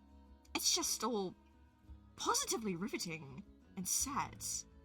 It comes to a point when he soon loses steam and looks abashed, realizing what he had just done. Sorry, I just got so carried away and... It's fine. It is really so fascinating to watch people talk about their passion after all. You should see how your eyes light up when you speak so fiercely. You do have very beautiful eyes. Ma'am, do not flirt with Zach. Uh-huh. Thanks, I guess. But to be honest, giving a compliment about eyes is fine. It's just the fact your portrait was blushing. It's just like, I want to say that I understand where he's coming from, but I really don't, do I? No, you are white as shit. I was born with a super... I love my dyslexia. I was born with a... Alright, back. What did I miss? Okay, so... we had a discussion about kids. Luke doesn't want kids, but Hana was just like, he'd be a great dad, it's fine. We're currently going through a photography shoot, for, one of the magazines, and we finally get to meet Zach. At least Hana finally gets to meet Zach. Zach is a photography who, tried doing, a movie, and it didn't go so well, but here he is, and you missed a spoopy moment. That shit's so white to make a mirror reflection into a Lisa beam. Me, for real, for real. But no, you missed a spoopy little moment where they were taking a photo and the ghost girl was holding Hannah hostage. It was kind of silly. Very much you should go watch back the VOD and see that. Anyways, shall we continue? I was born with a silver spoon in my mouth, and I've lived such a charmed life. It hasn't been perfect, but the difficulties I've been through pales in comparison to what others experience on a daily basis. Yes, because you're a rich white woman. With a ghost, I'm gonna make him. I'm gonna take him on a date. Damn. Damn, I didn't know I had one of those people in my chat / lighthearted. We all have our tastes. Certainly I don't know how I would have fared were it any different. Would I still have met Luke, and would he still have loved me, if any lesser? Look, I'm desperate. Okay, I get you, fam, I get you. What was your home like? These things you talk about, it sounds like you've... Well, I don't mean to pry, I mean. Live with my older sister and my grandparents. We had a shop selling all sorts of things below our flat. And well, I was one of the few non-white, non-British students in class. I didn't get pushed around or anything straight up. Even then, I was one of the biggest kids around. But a pencil and notebook would go missing, you know? Oh, that I knew. Children can be so cruel at times. Of course, it may be a slightly different story when you've had personal guards. At the stolen item is not a pencil, but an expensive heirloom. So what about you? How you liking your new house? It's pretty impressive. It's nice, I suppose. You suppose? Not big enough? What? No, oh, don't be a bully. It's just that... I understand if you don't want to talk about it. I was a little girl, all dolled up and treated like a fragile porcelain, with nursemaids awaiting to me in hand and foot. All the material possessions anyone could ever want, I could ask for on a whim, and it would have been handed to me just like that. I couldn't click my fingers, that sucks. But I barely saw my parents, just goodbye kisses in the morning before they went off to who knows where they needed to next. I saw them more often on the telly than or in the papers than I ever did in person. I remember my old house. It was a lot like this one. Big walls and big holes, but nobody in it. Not really. It makes you think how alone you are. A pensive mood overcomes us. And there's a moment where neither of us are sure how to go from here. Things have gotten a bit too personal, yet it isn't wholly uncomfortable. Like as if we've been friends before. Well, that's normal, ain't it? You just moved here. You'll make home out of it yet. He certainly makes it easy to believe that. My childhood house is indeed not like this one. Just as large and extravagant. And just as empty. I hope he's right. So, Monsieur le Photographe, you've covered the one and only Ermengarde mansion. What's next on the agenda? The interview? Boring. It's an interior design and housing magazine. And they want to know what Miss Wright has to say about her interior design and house. Honor Wright thinks she bought a magnificent house that she can certainly brag about. Blah, blah. Boring. You know what they should print more of? I watched an interesting documentary the other day. Bleu Foncé, The Darkest Hours of the Black British. I recommend you watch it. Aww, yes! I hit the wrong button. I hit the wrong button, chat. I was so excited I hit the wrong button. Those are the things that people should know about. What do they care if I use a purple or green bowl of fruit in my kitchen? People, right? Oui. People are shite. Yeah. What do you think? Do I look good with this angle? I struck a pose while he's being busy. Looking taken aback for a moment, probably not expecting me to just go and say such a crass word. But he recovers quickly, and after snapping a few shots, he grins. Yeah, vous êtes belle. I wish I knew languages, chat. I understand enough that he said that it looked beautiful. That's it. Like, I know you. Beautiful. That's it. That's all I got. Copies of these ones? Yes, please. So, the big boy knows French. Stop with the blush. Stop flirting. You have a husband. You must have wooed a few ladies. Unless you're into gents. Either way, French is, after all, the language of romance. Yeah. To some degree. But then it gets even funnier if you actually, like, watch me become a nerd real quick. If you actually look at the languages that is connected to France, because it's called the Romance languages. French is one of them. I smell cheating. Oh, Bessie, you don't know the half of it. I think she's just trying to be nice with him. It comes off as flirting. You know that kind of thing. But like, she's not meaning it in that way. Anyways, he's the door. So, French, the language, Francais, is one of the many languages connected to the tie of Romance languages, which is actually an off-branch of Latin. So, funnily enough, what's part of this language is, this language branch is, French, Spanish, Portuguese, Romanian, there was another one, Italian. All those are part of the Romance language, and have got ties to Latin. Silly literacy fact. I may not be able to speak languages, but I know some facts when I paid attention in English class. Though I don't know about quoting fancy poetry, but I've made lunch for a girl before, and they did like that fancy French cuisine. Can you cook your best? I could cook just about anything as long as I know the recipe. I feel like that's a lot of people, honestly. C'est magnifique. And it's been too long since I've had a nice and proper chat with a good friend. Lee is certainly not a good friend, and although we've just met, Zachary is the sort who can probably befriend anyone. He's just a comfortable person to be around with. A bit too comfortable.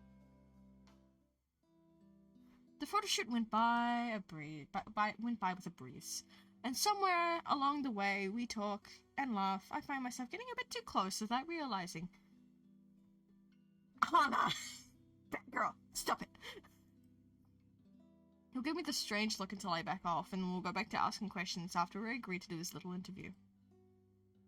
It's just odd. Well, no.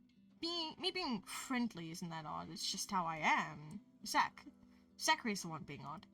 Why, anyone else would absolutely welcome the extra attention I give them. He, on the other hand, looks almost flustered about it. He would be used to different personalities. He should be used to different personalities by now, having to deal with various people when he works. And if not, he needs to start. Perhaps nobody has shown him attention of this kind, but he's a big boy. He should be able to handle me. I don't like that phrasing. I don't like that at all. All it is a friendly touch here, and a pretty smile there, and a gentle swaying of the hips as I move around. Milady, it's the last thing you should not be doing. You are a married woman. This friendly touch and the smile is fine, but not the hips. I don't care if the hips don't lie. You need to shush. Silence the hips. Zachary grew more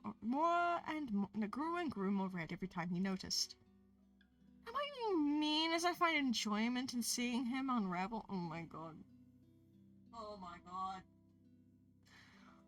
Hannah, right, please. No. Perhaps this went on during the interview, and beyond that, there's nothing wrong with what we're doing, right? I'm about to... Bad girl. Zachary and I are just having a playful, friendly chat while enjoying the outside view. At least that's how I see it. I'm sorry, but I'm really getting distracted. Could you maybe stop doing that? Stop.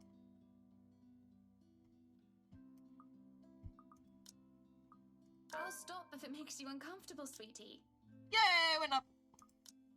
Sorry. let's be real. Consent is a thing. If someone tells you stop and no, you stop, okay? No, I should be the one apologizing. Why, you're a shy one, aren't you, big guy? It's not that, but... He gestures to the ring on my finger and lets the facts of the matter hang heavily between us. Being told, implicitly, that I am too forward is not a common occurrence. I think I'm being more stunned at the fact that he pointed it out rather than, well, being rejected. Not that anything is going to happen between us in the first place. It was just going to be some harmless flirting. Right? Malading flirting is also sometimes in certain cases seen as cheating. That is, unless you have stated with your partner that harmless flirts are fine. Enki. So, you've never had a girlfriend? No boyfriend either. You know, just in case you were gonna ask for that one next. And you haven't even had your first kiss? Not a one, ma'am. Do you want to have your first kiss today? Ma'am! I can't help it. I really, really can't, and I'm going to apologize lots later. Surely it's the catty smile on my face, and it's obvious that I'm just pulling his legs. I'm laughter the laugh I fail to contain certainly gives it away, and if it isn't, it still isn't on. Oh my god! I should be able to read the sentence. The laugh I fail to contain certainly gives it away, if it's still isn't obvious. But still, he lights up in embarrassment, stammering and spluttering objections. You're married, and this will be extremely unprofessional. I never said I would kiss you, silly. Oh, Johans! No, what? No. Don't call your butler. She's Hana. Do you need to be? I'm fine. After this day, I will take a break though. That would be for the better. I don't think his husband would appreciate it if I made him kiss another man. Yes, we have gay butlers. Let's go. I do not think you can hear us from here either. But it is hard to think you're not taken, Zachary. Why, whoever becomes your girlfriend will be so lucky to have you. You can cook and take wonderful photographs. Wonderful meals and wonderful memories. I can play guitar too. You can? Oh my. Wonderful serenades as well then. Perhaps I can find a young lady who deserves a fine, strapping young gentleman like yourself. Lady, okay, this is a little better now, because it's just like, we could get you someone instead. It's like, if I can't have you, I'll get someone else to have you instead. But even then, that's still a little weird. Also, you guys are working. You should not be trying to set him up with someone while he's on shift. Let's not get carried away. Besides, I gotta be going. It's getting late and I got someplace else to be. Besides, he could be Ace. If he's Ace, leave him be. A shame. I will be expecting you again soon, I hope. For a copy of my photographs, yes? Of course. I'll even deliver them personally. Just, you know, don't try to make me kiss your butler when I drop by. It's fate would have it! At the very moment the words have left his mouth, Johannes comes out of the house. Judging by the slight raise of his brows, he has heard only the tail end of that sentence. There shall be no kissing of any butlers under this roof, Danke. But you are not under a roof, are you, Hansi? To my amusement, he takes a step back, safely placing him within the threshold of the foyer and under the roof of the house. Jan, just as ever, is quick to return with a sardonic reply. I am now. As I was saying, madam, it's about time for supper. Will I be needing to set an extra place at the table? Oh, what? No, I was just leaving, actually. So, you have a good night, Hana. And you too, Hansi. It was nice to meet you, Zach Connie. You have a safe trip. He nods and the grins. And he nods and the grin on his face as we say our goodbyes is the sweetest that I've ever seen. I linger looking out for him and his relatively tiny bicycle backpack safely secured in the basket at the front and the suitcase hooked onto the back. One moment, chat.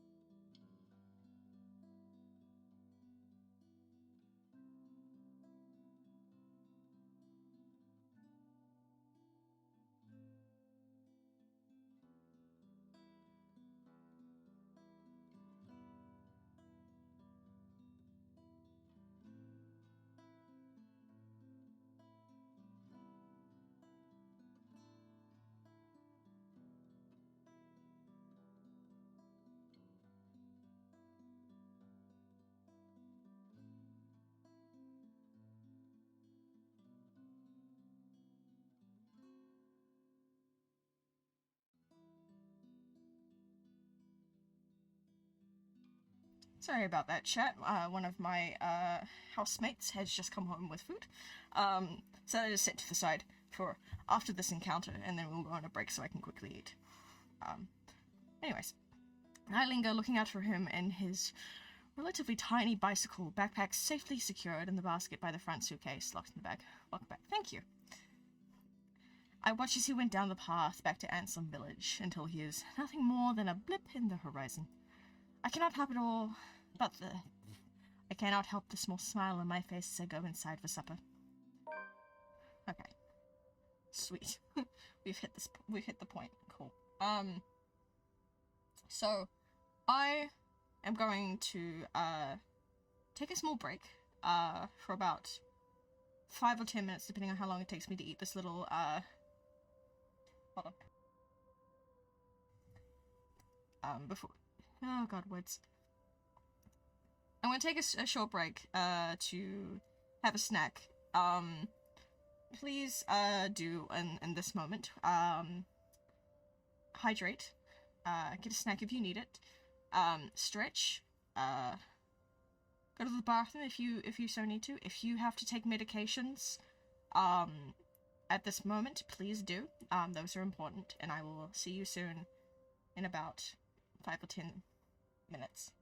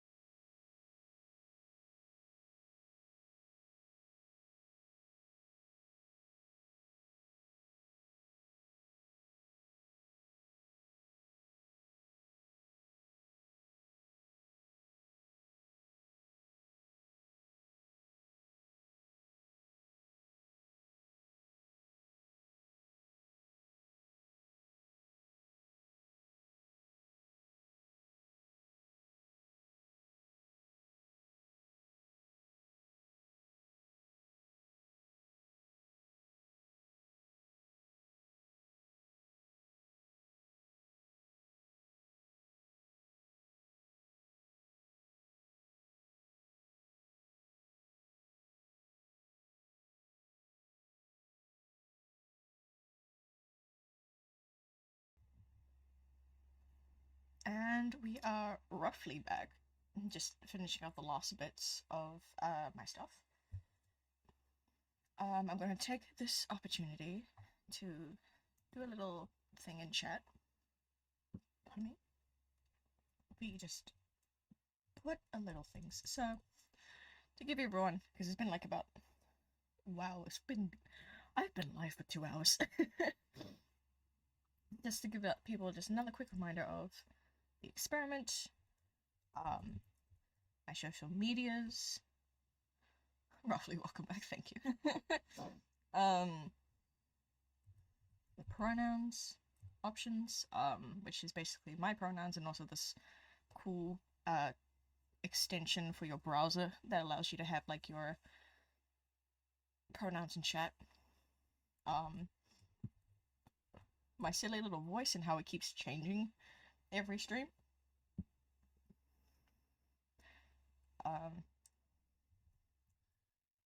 Also, some stuff to help out with what's going on in a certain area of the world. You catch my drift.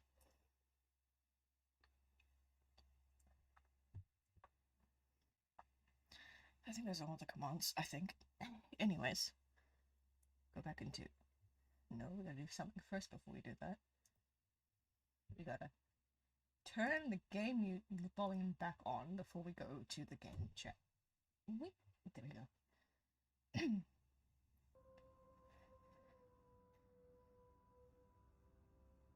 I'm currently doing squat stretches before we fully get immersed back into the letter.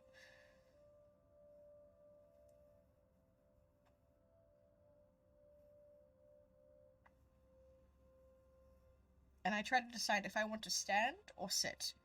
I say we stand for a bit. Because I can do this while standing. That means I have to chuck my chair in. There we go. Quickly readjusting everything so I can still see. There we go. Now, time to get back into it. Entering the dining hall causes me so much confusion. It is dark. For a moment I thought the electric work was not up to par. But that clearly is not the case, as every other room is bright with artificial light. Finding the light switch is a monumental task, considering the size and my unfamiliarity with the room. To make matters worse, the darkness grants the room a different atmosphere. Eerie and frightening. It takes longer than I thought to find the switch, something that will have to be rectified later on.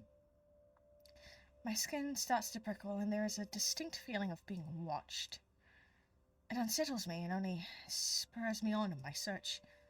And when I do open the lights, there is a hiss. I'll turn the lights down, woman! There. At the end of the hall is my beloved husband with his face in one hand and a glass in the other. Perhaps I can let it go if it's only one glass of wine. However, I can feel myself go livid after seeing the toxic green liquid gleam mockingly at me. Luke, what? I did the thing again. Don't tell me I accidentally saved over something. No, I didn't. That's just the next spot. Okay, cool. Are you drinking absinthe? You know what the doctor said. Absinthe, Luke. Are you actively trying to kill yourself? Because if you are, we can just hit you with a bloody car. I mean, that's one quick way of doing with it. Honeybee, buttercup, not too loud, please. Besides, it's Lelouch, not too strong. Just hair of the dog that bit me. Helps with a hangover, dearest. You drank? When? This morning, love. Don't be mad. I just needed a few drinks, having to deal with those simpletons. And maybe I had one too much. You don't see me whinging about you leaving me to handle them on my own. I had to attend the photo shoot and interview with Luxury Living. You know that. Let's not make this about me, Luke. This is about you and your drinking problem and... Oh, I don't know, Hana, darling. Man, does anyone else feel like they're witnessing their parents argue, and you just have to sit there and witness it. What if my drinking problem, as you like to call it, is linked to you? Oh no, that's not good shit. If we think about it that way, this discussion is about you. Drinking is no, I do not condone drinking as your solution to problems.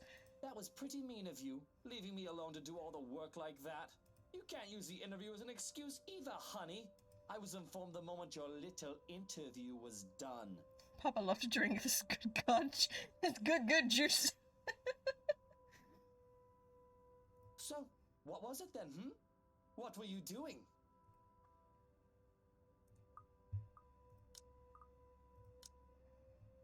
Chad, I feel like no matter what we say, it's going to be bad. Because it feels like one of those arguments where it's going to be bad. What I'm going to do... Okay, let me just quickly check. Relationships. So we are currently here. Okay. I want to do this run where it's all good. All good reactions. So we're going to test. We're going to think which one might make it better. And if that does not work, we'll test the other one. And if both... We're going to have my popcorn. We're going to test both. Unless we get, like, a good one first try. So... And if both are negative, we'll just go for the one that goes less negative. So I think if I say... Okay, so here's my dilemma. Alright, so if I say I was tending to the gardens, he's already informed us that he knows when the interview ended. So he's going to be mad at us for lying. If we tell him that we were with Zachary, he's going to think we're cheating. So either way, we're going to have negatives. Do we be upfront? Negative plus negative turns into a positive. Boom, big brain move. Man, I wish this had how it worked. Alright, I'm going to be the honest and say Zach. And we're going to see how low that takes us. I was talking with Zachary, the photographer for Luxury Living. So that went down a bit. So what we're going to do now is we're going to go... That's going to accidentally do the thing. Let's just hit the load button. Go back. Load the game file. Tend the gardens. Just tending to the garden, sweetie. Okay, the tending to the garden. Okay. Damn. I was actually thinking... I'm going to be real. I was going to say tending to the gardens, but, like, he'd already alluded that people had already been telling him things, so I wasn't sure if that was going to work. So, we're tending to the gardens. You were? For a moment, he looks skeptical. I can tell by the gleam in his eyes and the way he sits up at attention. He thinks I'm lying. But I see no point in bringing up Zachary and aggravating him. Yeah, that's what I thought too. I did tend to the gardens for a bit, so it's not a complete lie. Just a little white lie. Besides, I know just how to please him. You. Sauntering over and circling around him, I place my fingers on his shoulders. I don't want to hear that. I don't want to hear that. I had to make sure they didn't ruin your favorite daffodils. Chad, I'm gonna throw up. Oh, that is wonderful. I'm not sure if he means the massage or the flowers, but I'll take it. This is better than a fight. So, absinthe. Just one glass, Loosh. I suppose I can let this one go. A bit too late anyway. You've already drank half the thing. But remember your doctor's orders. Yes, I'll try to drink less.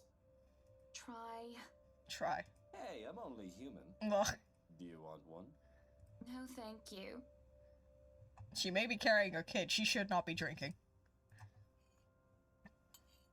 Supper is spent in silence with nothing but the occasional sound of silverware. A grand feast has been served. Well, grander than usual anyway, most likely due to Luke's complaints of stress. A platter of native oysters for starters, and tranche of turbo. I want to say turbot, but I think it's turbo. With purple sprouting, broccoli, lemon, capers, and anchovy sauce for the mains. To finish it off, black tea and golden syrup sponge pudding with custard. But when our appetizers appetites were appeased, and the plates are cleared away. Luke stands, kisses me goodnight, and leaves me to stare at my half-empty cup. Lonely in the lull of night, I sit in a house too big and too empty, foreign and unwelcoming. Even when it's warm tone and homely decor, it feels cold. There is no need for tears, however. I know I can get through this like every other obstacle I have faced before. This is a minor setback in what I hope will be a long and happy life. Buddy. Oh, buddy. To remind myself that this place is for Luke and for our future children fills me with a renewed vigor.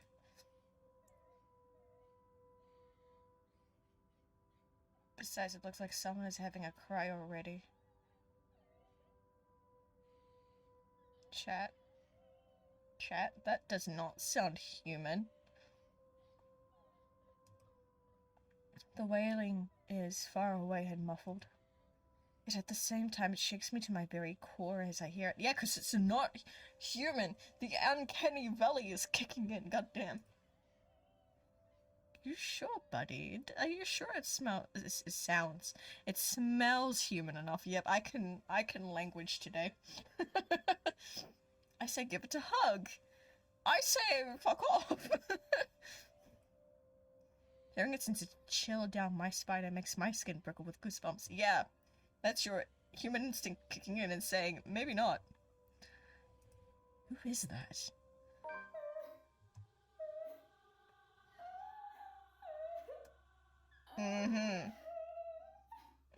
Give me a moment, chat. I'm gonna quickly chug my drink.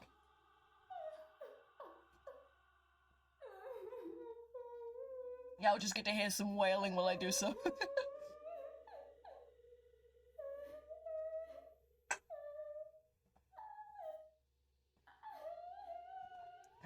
Oh boy. Okay. Curiosity sinks in as I follow the sorrowful sound into the kitchen. And into the wine cellar hatch. Now, if anyone has played Until Dawn, would know never to open the hatch. There's a good reason why you shouldn't. Hello? Is anybody down there? I am curious and concerned, but there is no way I'm going down into the dark and human underground. Give that crying girl a puppy! I fear she'd tear its head off if I did. I'm not as enthusiastic as Luke, who considers himself quite a connoisseur. However, I also cannot bring myself to go to bed with this racket going on. If it is one of the household help, they will surely need some talking. Fuck it, we balling YOLO. After all, this wouldn't be the first time I've gone and found one of the maids sobbing their eyes out over one thing or another. As professional as our staff are, they are still human. More often than not, it was either Johannes or whom I call... More often than not, it was either Johannes or I who'd calm them down, who'd help them figure out how to go on about things. Unfortunately, I am not in high spirits right now, so I'm not as wholly benevolent. So I will... save. That's what I will do. I will save. I will call this person out. Because I'd rather deal... Hold on, wait. Chat, I want to show you something. Hold on. There is this thing called the branching tree. We are... How far are we actually through this? Whee! Okay, we still have all this to go. Yippee. So here are we. This is where we are right now. And if you've noticed, on this route here, there is a lock that is not connected to anything. That's a death. That is, I die bye-bye. Obviously, I'm gonna be a lot more smarter than this. Actually, we have like 2 of those on here, I think. 1, 2. So we're currently at the first one. here. Now, I'm going to be the smart person without looking at that. Because as again, I've played this game. I know where most routes and stuff. But I'm being the smart person, and I'm calling them out. Because if I open the hatch, that's a horror bad thing. I'm going to die. We're not doing that. We're calling them out. But why did you knock 3 times? That's just... I knocked 3 times. Sure, smart. I mean, it's better to walk away. I'm gonna be real, that's the proper thing to do here. But the list of the 2 evils is calling them out, because then you can run. If you open the hatch, they can grab you and kill you right then and there. This is a higher chance of survival. Waiting for any sort of reply yields me no results, and I've already touched the floor hatch far too many times than what I'd like. Take a deep breath before reaching out again to whoever's inside. I've heard from experience that people respond better to kindness than threats. Shouting angrily would not help the coaxing them out. You in the cellar, do come out. I hit the button again. We are starting to get nervous to the point that I'm randomly clicking. We don't want Luke waking up and finding you in there, do we? Maybe she does. That man would go ballistic thinking someone was trying to steal his precious wine. Still nothing. You can have a good cry. Just not in there, yes?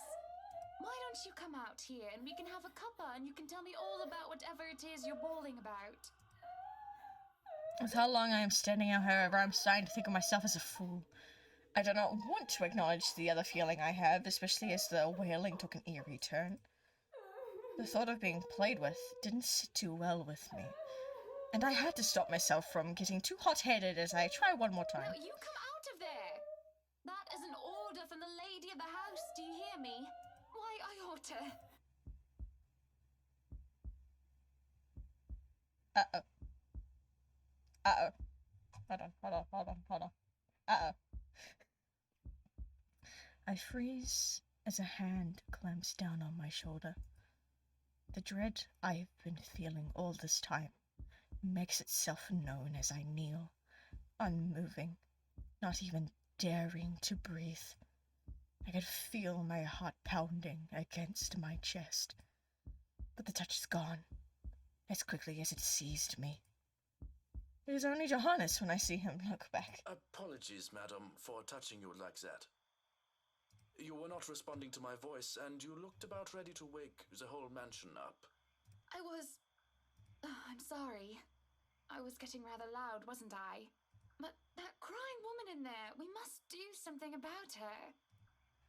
He grows silent for a moment and just looks concerned. At least, I'd like to interpret it as concern, given how stoic our head butler usually is. Or rather, it must have been concern as he takes off a glove and presses the back of his hand at my forehead before his worrisome inquiry. I beg your pardon. What? Crying woman? Are you feeling well, madam? Imagine only hearing things that no one else can. In the cellar? Can't you hear her? Madam, Hannah, no one is down there. What? The cellar is locked. Only Luke and I have duplicates of the keys. Why did you give Luke the wine cellar keys? Why did you give the alcoholic the keys to the cellar, you enabler? What the fuck? Nobody is down there. I stare at him in disbelief. But when I listen once more, I hear no crying. Tugging at the hatch for good measure to prove his words to be true, too. That thing won't budge unless I had a key. Should have using power tools on it. Perhaps it is time for you to go to bed, madam. You are simply tired and hearing things, a perfectly normal human experience. I'm sure nothing can go wrong. But if you are still experiencing auditory hallucinations in the morning, you are free to consult with me. There's a cold feeling in the pit of my stomach as he helps me to my feet. What he says makes sense. If only there was a phone to record down evidence. Oh, trust me, wait until later. And who am I to question someone who used to be a doctor? I'm just tired, that's it. Long day of moving, the interview, dealing with Luke. That has all drained me of any proper sense. Yes, I suppose you're right. I just need some sleep, that's all. Of course I'm right. He was a doctor after all, apparently. Go on then. Gute Nacht. Good night, Johannes. Good night, house. It's just fatigue. That's what I keep telling myself, although I can't ignore the strange feeling in my gut. The fuck you mean later? You'll just have to wait and see now, won't you? That's what I keep telling myself, although I can't ignore the strange feeling in my gut. Either there is something wrong with this house, or there is something wrong with my head. Sleep will be elusive tonight. Oh god, we're skipping ahead. We're Friday now. It was just Wednesday. What do you mean? Look, is he gone by the time I arise? There isn't even a single hide or hair of him to be found.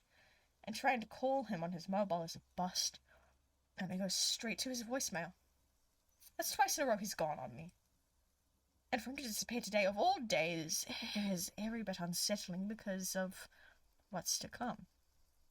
What's to come? What are we doing today? The morning is once again filled with a whirlwind of activity. Fortunately, I am much more refreshed as I took a break from my responsibilities. I haven't the faintest clue where Luke was yesterday. Today is going to be a busy day, although unlike Wednesday, the master of the house isn't here right now, absent once again from his duties. Hopefully we'll be back in time for the party. This is our house, after all. A grand housewarming party for the wonderful Wright Mansion. Every person of importance from Luxbourne is invited, and there will be a few guests flying in as well. Of course, there will be some people from the media, along with friends of acquaintances who are made no less important regardless of their status in society. Marianne and I discuss business and last-minute touches to the house before finalizing everything. Not that there is much change from our original plans. Pardon me. Bar any huge additions of the property itself, the mansion is nearly 100% complete. You have certainly exceeded expectations, Marianne. Everything looks so marvelous, and in such a short time, too. Well, I can't take all the credit. People have certainly been enthusiastic about the idea of working on the right mansion. They're all gonna die, chat. There won't be any more problems unless Mr. Wright has any more objections about the second bedroom. Luke and I had a small tiff about making the second bedroom a children's playroom, which I insisted was completely practical. In the end, I had to acquiescent. I didn't give him any choice in the matter. Fuck him, let them all die so we can... Yes, eat the rich. Eat the rich.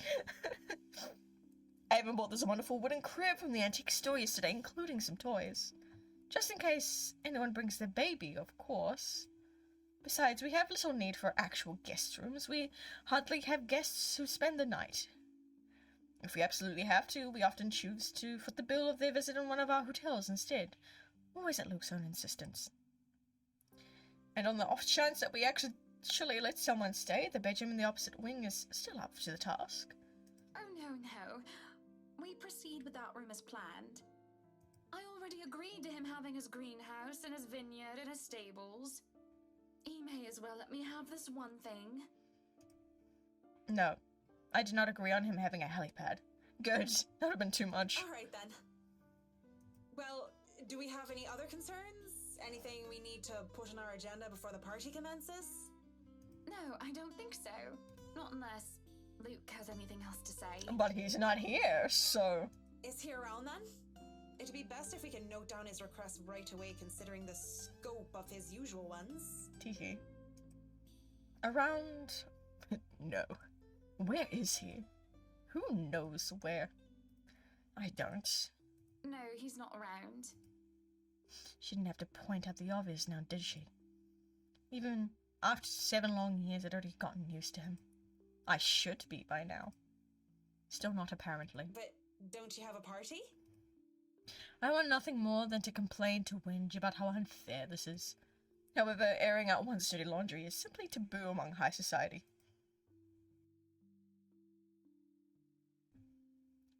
So, to do so will make you a ripe target for the next dinner party chit-chat. Vultures, the lot of them, really. Or Most of them, at least. There are always good ones like Rochelle Lee. But put your trust in the wrong person, and you'll find yourself eagerly picked apart. Yes.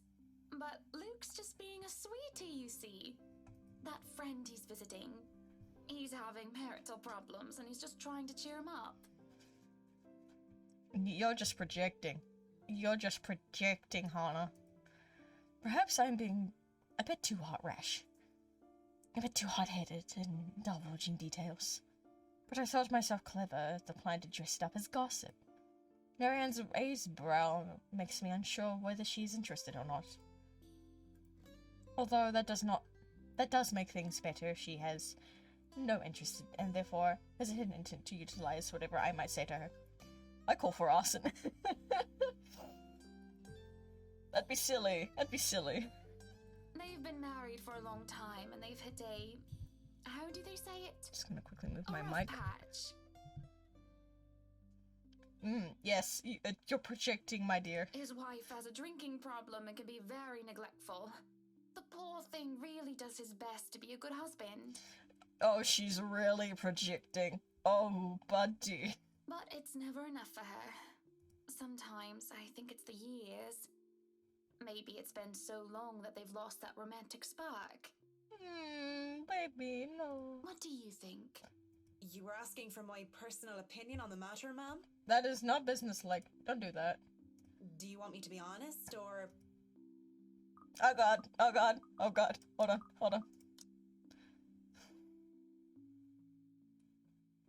If I'm asking you to...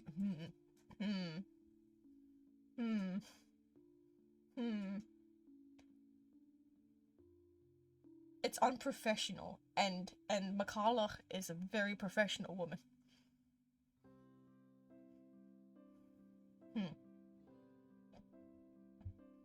I'm going to say, I don't know.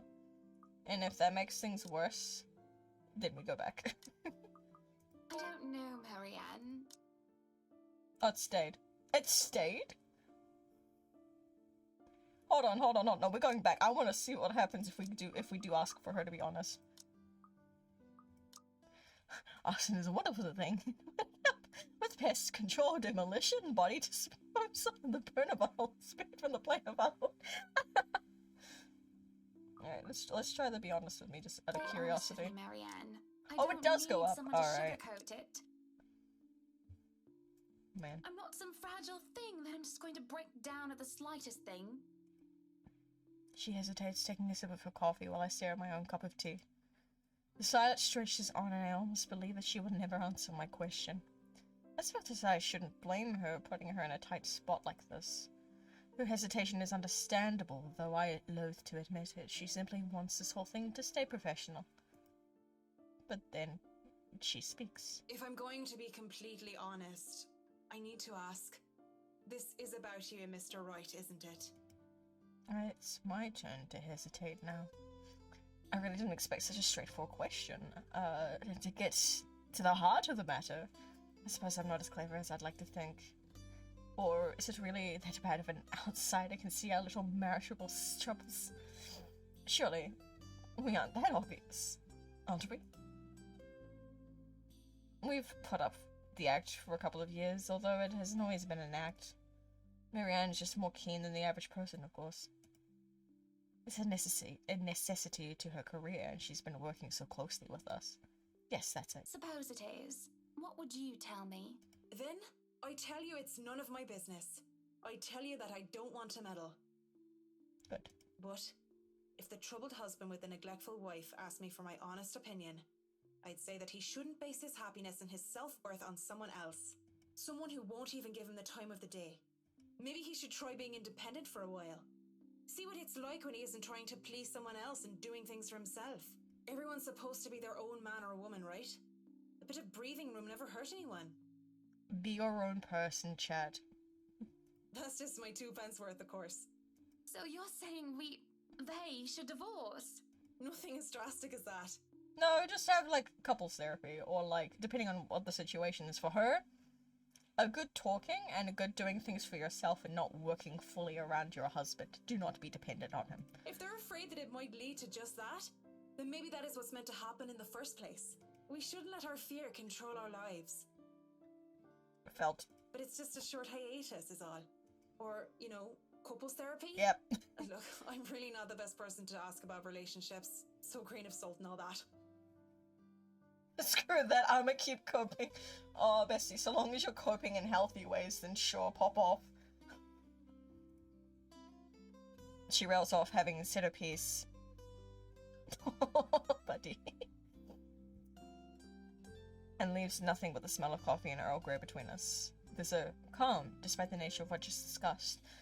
To say that her words make me start to think that this is an understatement. To say I'm not considering her advice is a lie. And to say that this might be just the calm before the storm is a possibility. I mean, it's a calm before a storm, but it's not a marriageal storm that's coming up right now anyways. Others have had shorter marriages, yes, but plenty have celebrated long and happy ones as well. My own parents celebrated their choral anniversary before they passed away. But 7 years? 7 years isn't a whole lot in the grand scheme of things. It isn't a whole lot of time to see what or where our relationship can bring us. And at the same time, 7 years. Well, it hasn't been entirely made up of unhappy years, has it? It won't last forever. It's not supposed to, anyway. I just dread the thought that it might last for a very long time. I dread the thought that these small spats, these little disagreements will turn into an all-route resentment. I hit the button again. I was too busy monologuing. The idea that we will grow to hate each other with every fiber of our being scares me. Well, then you work on making sure it never goes that way. I can't even pinpoint the exact moment when our blissful union turns sour. We can get through this, right? I know that I still do love him, and I feel that there is still a part of him that loves me in return, and we just need to get our heads together and talk it out. Surely he will see some sense. There's a gulp of Mary and clears her throat. There must have been quiet for too long, and I move to apologize when she stands up. We both end up on our feet, unsure of how to proceed. Some sort of odd, awkward shuffle occurs as we decide whether to sit back down or not. I really should handle what's left of the work. You won't be attending the party? Oh, you really must, Marianne.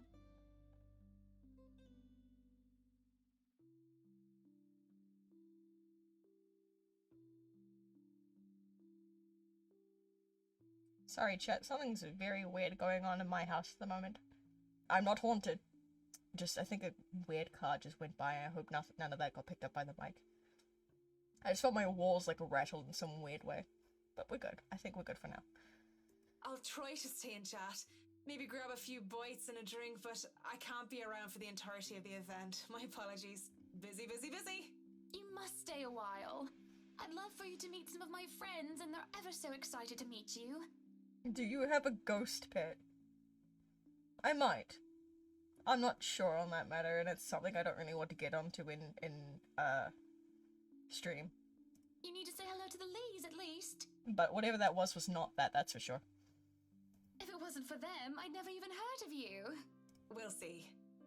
So, if I can be excused? Certainly. You'll have to excuse me as well. I must attend to the party before any early birds arrive. Fair enough. Because, believe me, they will throw a fuss if things aren't ready, even when they're not supposed to be here until an hour later. I mean, I'm one of those early birds, but, like, I just didn't want to be late. I'm just gonna sit and wait until you get ready, or help out if you need me to. The scene outside the parlor is a great, organized mess. Aside from our own household help, we hired the service of Temp Agency, which provides staff for Right Enterprise in the hospitality sector. Even our very skilled staff cannot undertake a party of this size on their own. Waiters, busboys, hostesses, and their staff captains move about in droves, carrying crockery and serveware goods for several dozen people, and then some. Chefs and bartenders jail their Johannes. I can pronounce words. Chefs and bartenders trail after Johannes, looking like scared little children as he escorts them through the kitchen and into the wine cellar to pursue the stocks to select what can be served in the party and what can be used for cooking. Well, we have a lot to do, and I believe we did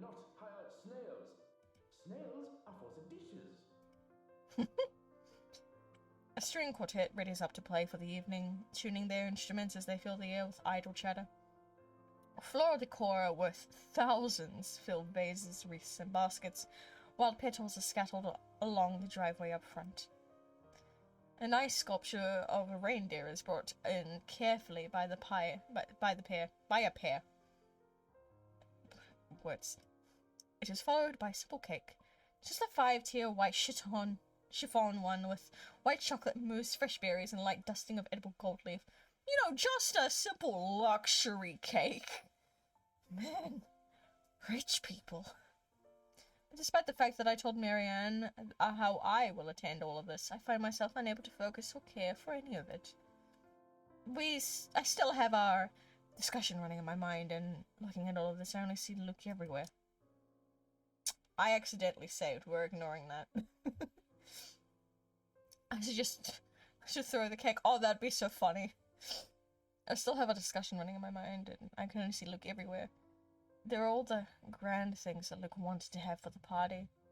I had wanted a small, elegant, but simple gathering with only a select few invited. Can we not have motor people go by my house, please? Namely, the people who I would actually trust to enter my home. I did not want any bloody politicians or paparazzi in here, no matter how used to them I am catering. No matter how used I am to catering to them. At least be here for your party. Damn it, Luke. The entire thing screamed Luke right. And I can't help but add another question to my growing list of queries. When did I lose myself? It's always about him nowadays, isn't it? What about Hannah Wright? What about Hannah Evans?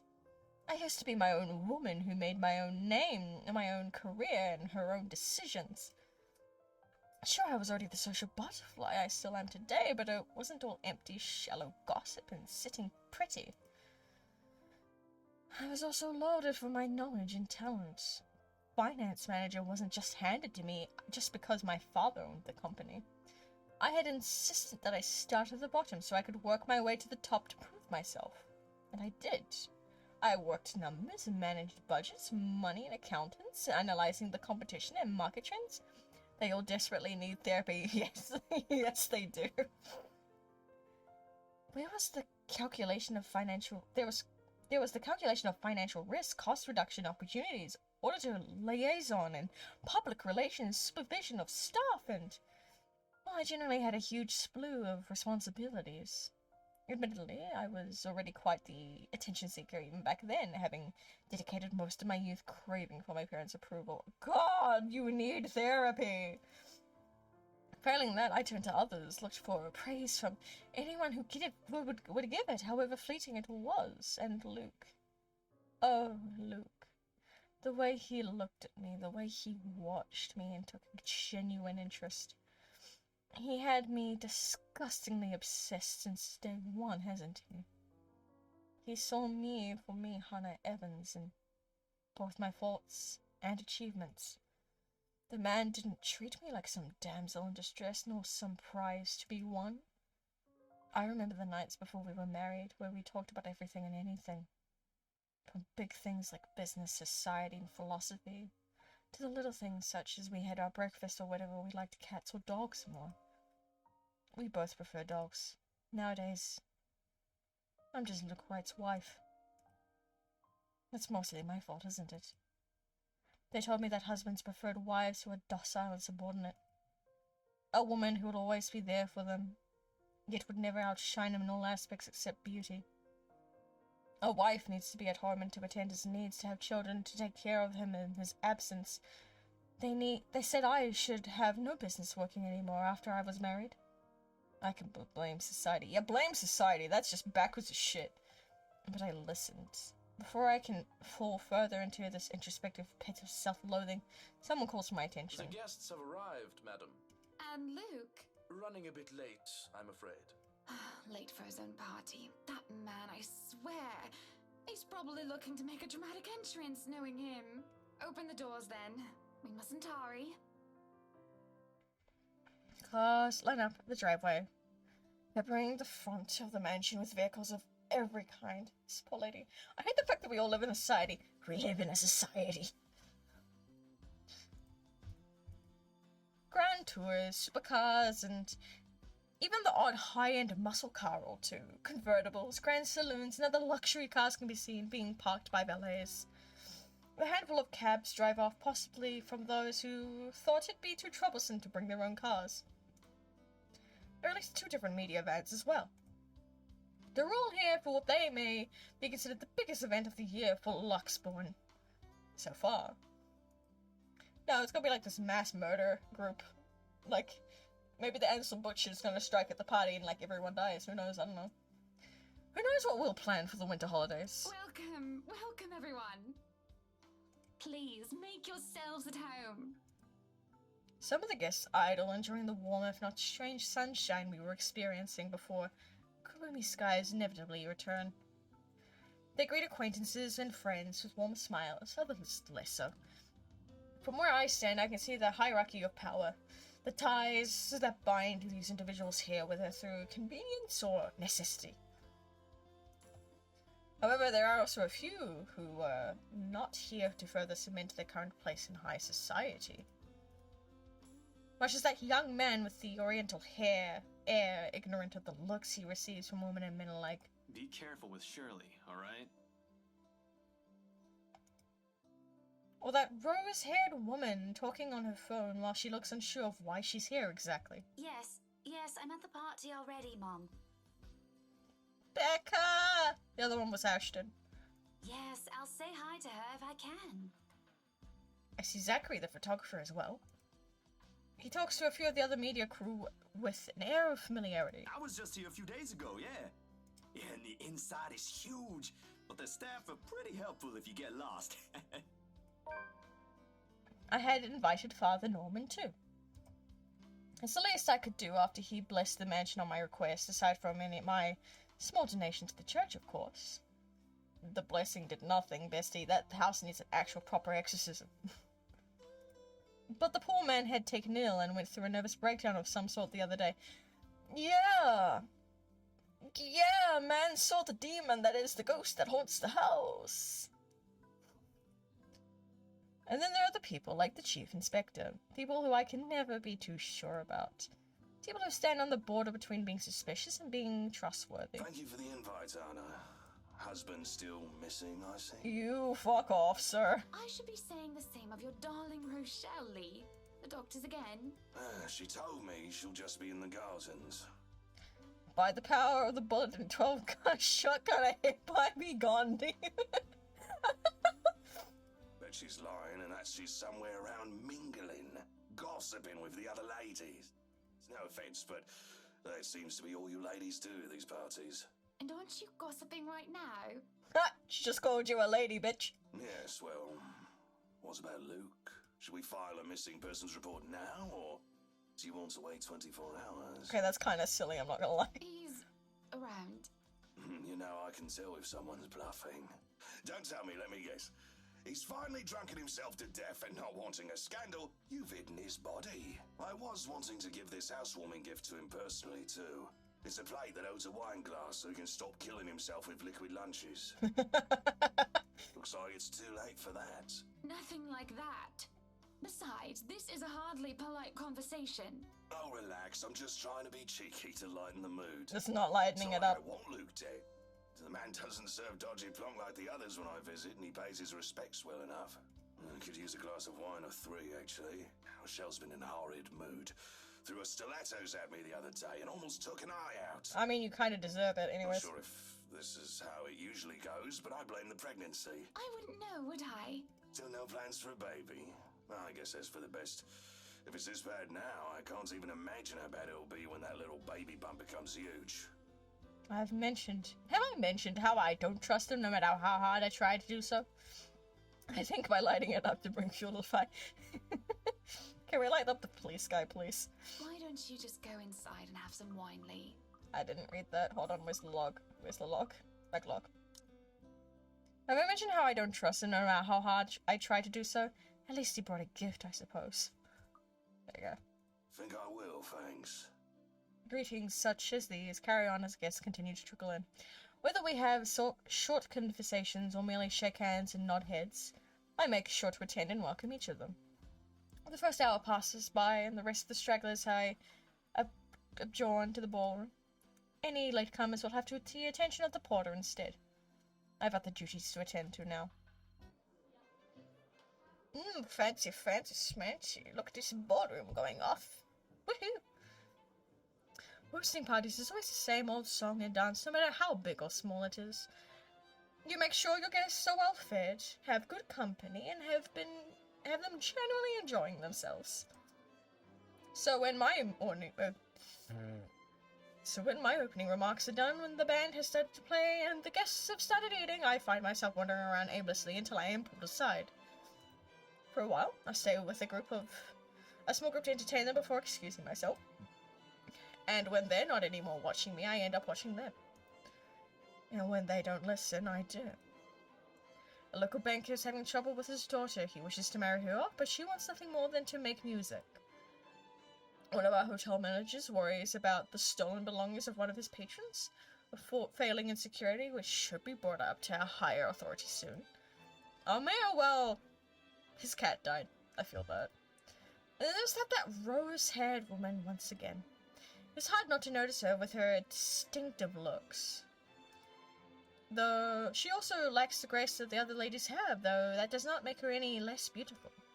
Her stance in the air she exudes instead of strong, and they make her stand out despite her casual attire. Many men have already given her their attention, though each invitation to dance has been turned down.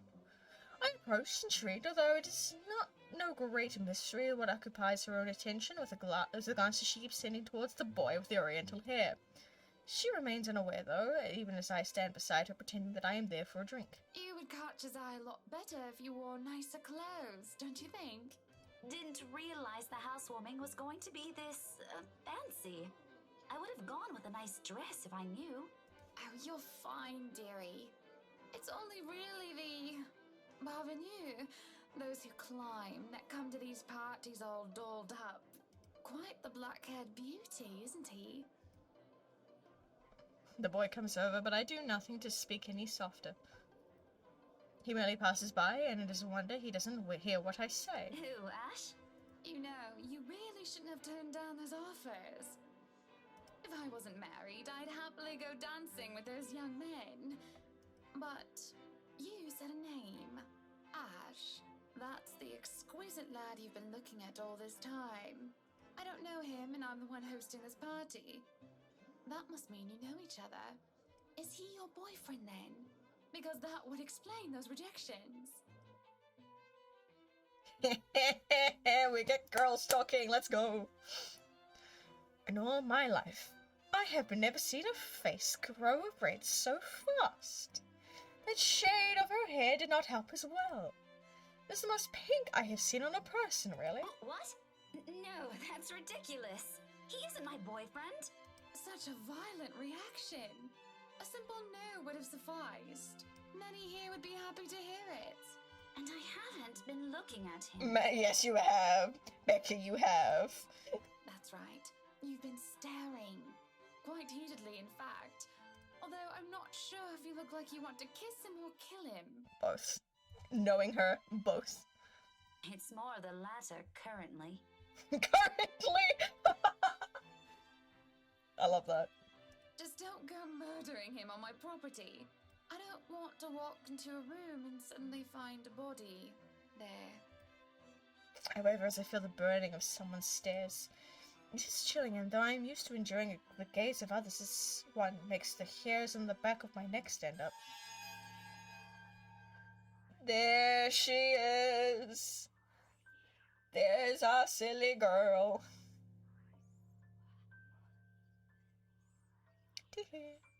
It is chilling, and though I am used to enjoying the gaze of others, this one makes the hairs on the back of my neck stand up. My attention is pulled from the girl, and I see a woman staring. Dark-haired and dirty, she looks like a beggar than a guest.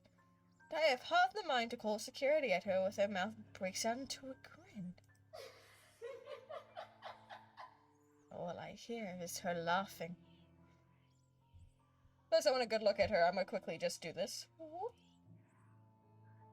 There you go. I still don't know what she's actually saying in those whispers, but like, you know. All I hear is her laughing. Taunting. Her stare makes my blood run cold. She looks at me like I am nothing but a pig to slaughter for her amusement. I mean, I'm not saying anything, y'all just gonna have to find out later. It makes my hand shake as I nearly drop my drink. But then in a blink, she's gone and the buzz of the party returns. I'll keep that in mind, but are you alright? Yes, sorry. I just thought I saw something strange. It must be the trick of the light. No, you saw a ghost, my lady. Anyway, on a right, as you must already know. Rebecca Gales. Gales. The name is familiar, like a fond memory. I recall a kind lady, a private tutor who treated me like her own daughter when I was young. She'd even bring me food, and when there was no need to do so. Usually stovies, which I honestly hadn't been too keen about, though I ate them nevertheless because she bought them for me. Oh, the professor! And your little Becky! My parents couldn't make it since they're in Scotland right now. And Mom says hi, by the way. But yeah, that's me. Little Becky. We met once before. Yes, oh, I remember you! You were the cutest little thing with glasses! And when we met, you were having boy troubles with this lad called something with an A. It's the same boy after all these What years. was it again? Aaron, Alan, Adele, Albert, Alexander, Andrew? The more I lift up names, the more red and more quiet Becky gets. She starts to look a little miserable as her body language shows discomfort and stiffness. Perhaps I have triggered a horrid childhood memory. Surely I hadn't been mean when she visited her mother. I don't quite remember all of it. Ashton! Ash! That man is that boy! The same one. Oh, goodness me, after all these years! I can see why, though. He's quite dashing. You don't really need to announce it to everyone within earshot, you know? Keep it down. Ah, buddy. Oh, little Becca, it's okay. I'm so sorry, but it really is cute. And a tad bit sad. This is a nice party, Miss Wright. Please, Anna's fine. We're friends of a sort, aren't we? We must be friends, seeing as I know about your little infatuation, Becky. Don't you worry, dearie. You'll have your happy ending yet. I'm not too concerned about that, am I? That's not what I'm looking for. Oh? And what makes you think that? Doesn't everybody want their happy ending? Yes, and everyone's happy endings are different to each other. Everyone's unique in that way. But I think she's referring to, like, you know, the stereotypical fairy tale happy ending of getting married and, you know. The idea of happy endings sounds like they're just for fairy tales. I mean, you want the real life thing, And kinda. they are, sorta. I don't think you can just sit around, trapped in some tower and hope for the best. This is true. If you love them, you have to fight for it, right? Yes, and why aren't you doing that, Becca? Hmm? You're not just going to sit there and hope that everything will just fix itself on its own. Like everything, you have to work at it. Yeah, Hana, you should probably start doing that again. But what do I know? There's a grimace, although that she starts to relax around my presence. How long has it been since we met as children? Certainly a long time. She was tiny back then, if I recall correctly. I'm sure the daughter of the two greatest professors I've ever known is smart enough to know what she's talking about. But have you told him how you feel? Nope. And it's been what? 20 years? 17, actually. But no, not yet. He can be a bit dense. And he also, likes another person in the friend group anyways. I was hoping that maybe he'd notice on his own and... Yeah, Well, no. that won't do. Yeah, no. I know and myself included, there's so many dense people out there. So many dense people. What if you two become husband and wife? He's not to be dense when he's sworn himself to another person. Why, you might just as well consider leaving before the day's even begun. If that happens, I'll have to give him a good ear bashing, won't I? Whoever anyone ends up with, it's not going to be a perfect relationship anyway. Facts. There's going to be things you'll love and things you'll hate about the other person. We're just humans. It's funny. Here I am, trying to give you advice when you did the very same thing back then. I remember you giving me a makeover when we were still kids. And you were the first I told anyone about my crush. Oh my god, she admits it. Oh, she admits it. This is great news, everybody. I do remember now that she mentions it. Did I give her that little summer dress with the pink blouse with petticoats? I hit the button again. She must have kept some of what I said in mind. It feels ridiculous remembering all of the years later, talking about boys and how they go crazy for pretty girls, as if some gospel every woman should adhere to. You shouldn't. It was so easy to say such things then, with me not knowing any better. Though, looking at her now, she must have kept some of what I said in mind. Perhaps I did say something good in that time. Enough for her to take it to heart. But all that didn't matter in the moment as I mull over what she just said in my head. What Becky told me is very different from what Marianne told me. There's no time to ponder over that, however, as a hush descends upon the once lively crowd. The music of strings and the clatter grows to a grinding halt as the doors from the foyer opens. The last of the latecomers should have arrived moments ago. And anyone else this late should simply be too embarrassed to show their face. There's going to be one person, or rather one man. There's only one man who is audacious enough to arrive at his own party so late. Good evening, ladies and gents. Enjoying the party? I hope I'm not too late in welcoming you all to the right mansion. Unlike who I was raised with in the spotlight and simply grew used to its presence, he sorted out every chance he could, even when there was no spotlight that shone. And I'll never put it against him when he smiles like that. He did so quite brilliantly under the scrutiny when he channels his own showmanship. You can tell by the way people's eyes light up as he speaks. How they listen in rapture, even if all he's doing is a simple greeting. A little wave of his hands here, a little smile, a little bit of swagger. I always tell him that if he is not to be a businessman, he'll do well as an entertainer. I love this side of him, especially when he looks at me and he beckons me over to humbly share his space. Not a single second is wasted as I excuse myself from Becky's side and I make my way to Luke's. Welcome one and all to our humble abode. Tonight, if you have yet to find yourself in your roles, you are all ladies and lords of the court of your king and queen. If you would excuse my presumptuousness. Oh boy, this man's already drunken, that's for sure. So enjoy the feast that has been laid out for your senses as we only allowed the best to be served. Enjoy the rest of your night, everyone. There's a round of applause, cheers, and even some hoots. Guests approach us left and right to shake Luke's hand and greeting him personally, praises on their lips. It is because of this that I do not see her. I do not see her until she's dangerously close with fury in her eyes as if she's already spitting venom. Johannes restrains her, taking care not to unnecessarily harm the pregnant woman. But that does little to deter her rage, as the man with no choice but to let her go, lest an unborn child be hurt. Although, it might not be too late for that, as I see an empty glass of wine in her hand. How much has she imbibed with? Are you feeling ill, Rochelle?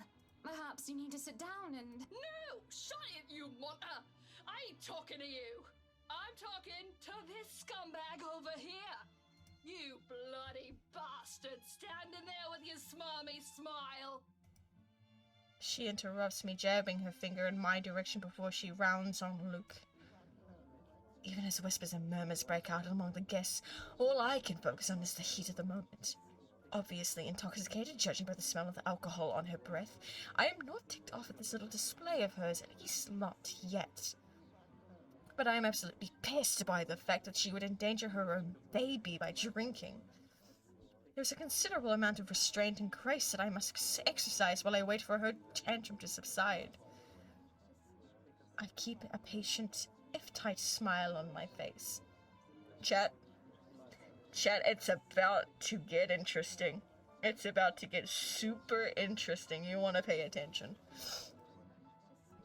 Luke's expression, on the other hand, is hold on.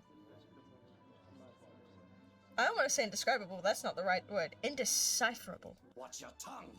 You're on thin ice, Rochelle. Where's your husband? Who even invited you? I did. And I told you with great emphasis not to. Now we have a drunk, hormonal, pregnant woman causing a stir. What is even going on? I was just about to ask the exact same thing. I don't know. But Rochelle, do calm down before you hurt yourself. I can't understand a word you're saying. Where is that husband of yours? Lee! Collect your wife right now! Don't you fucking talk like I'm not here and you're not responsible, you ass! You told me that I should wait for you in the gardens. Excuse me. What is this nonsense you're going on about? Crazy talk. That's all it is. Just completely and utterly mad. Has anyone seen the chief inspector? I am pregnant with your little bastard. Oh. You promised me you'll take responsibility. Chat, look at that. Oh, bombshell drop right there. Look at that, my little vamplings. We're getting interesting plot now. It's thickening very hard. God damn it, Luke. I finally got you to talk to me after months of silence, and you do this to me. What? Shit's about to hit the fan. Yep. What? What do you mean you're pregnant with? Luke, is this true? Lies and slander, woman! Security! Johans, take her out of here before she makes an even bigger fool of herself! No, you do not do this to me. I was so ready to leave my stupid oaf of a husband. I told you to leave that damn wife of yours. Which sucks, because Rochelle and Hana were good friends. Look at her. Does she look like she wants a baby? Does she look like she could take care of a baby? She wants kids, Rochelle. It is now that Johans returns with security along with the concerned-looking Officer Lee. I love the voice acting. It's just ridiculous. I love the voice acting in this. They surround her and move to escort the hysterical woman. Judging by his pale face, he's heard the whole thing, and I feel nothing but pity for the man. I'm so sorry for her behaviour. She's been under a lot of stress. And the alcohol. Talking nonsense, that's all it is. You're not allowed to drink because of the baby, Shelley. What are you thinking? Nothing to see here, people. Move along. Is there really nothing here but the ramblings of a drunk? Yes, that's right. There's no way that Rochelle says is the truth, that she says doesn't match up. I know, Luke. If such a scandalous meeting were to be arranged, she wouldn't do it in just an exposed place, especially not after his precious flowers. He definitely wouldn't promise responsibility of a child unless it can be helped. Besides, Luke would never... He would never go so far as to sleep with another woman. Right? Okay, fine, who am I kidding? If I am to be completely honest with myself, he might cheat.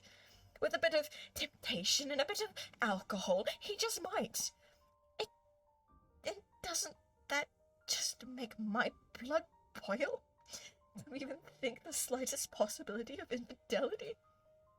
I isn't too far off when he told me how Luke still acted like some young hotshot bachelor. It starts to make me think.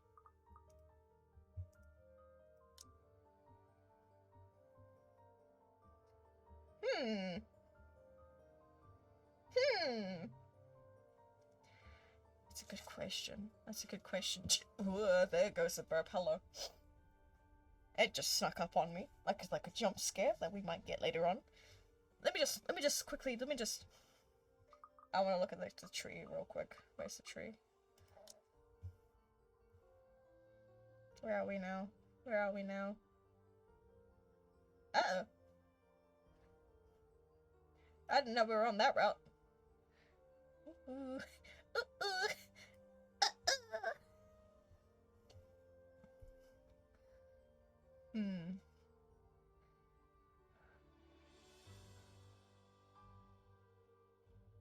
Gotta love the music in this game. But that's just because I'm a sucker for classical music. And, you hit me with a good tense piano. Oh, I'm set.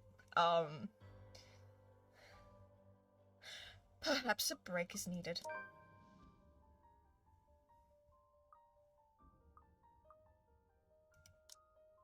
Okay, so that went down. Out of curiosity, I'm gonna check the other one.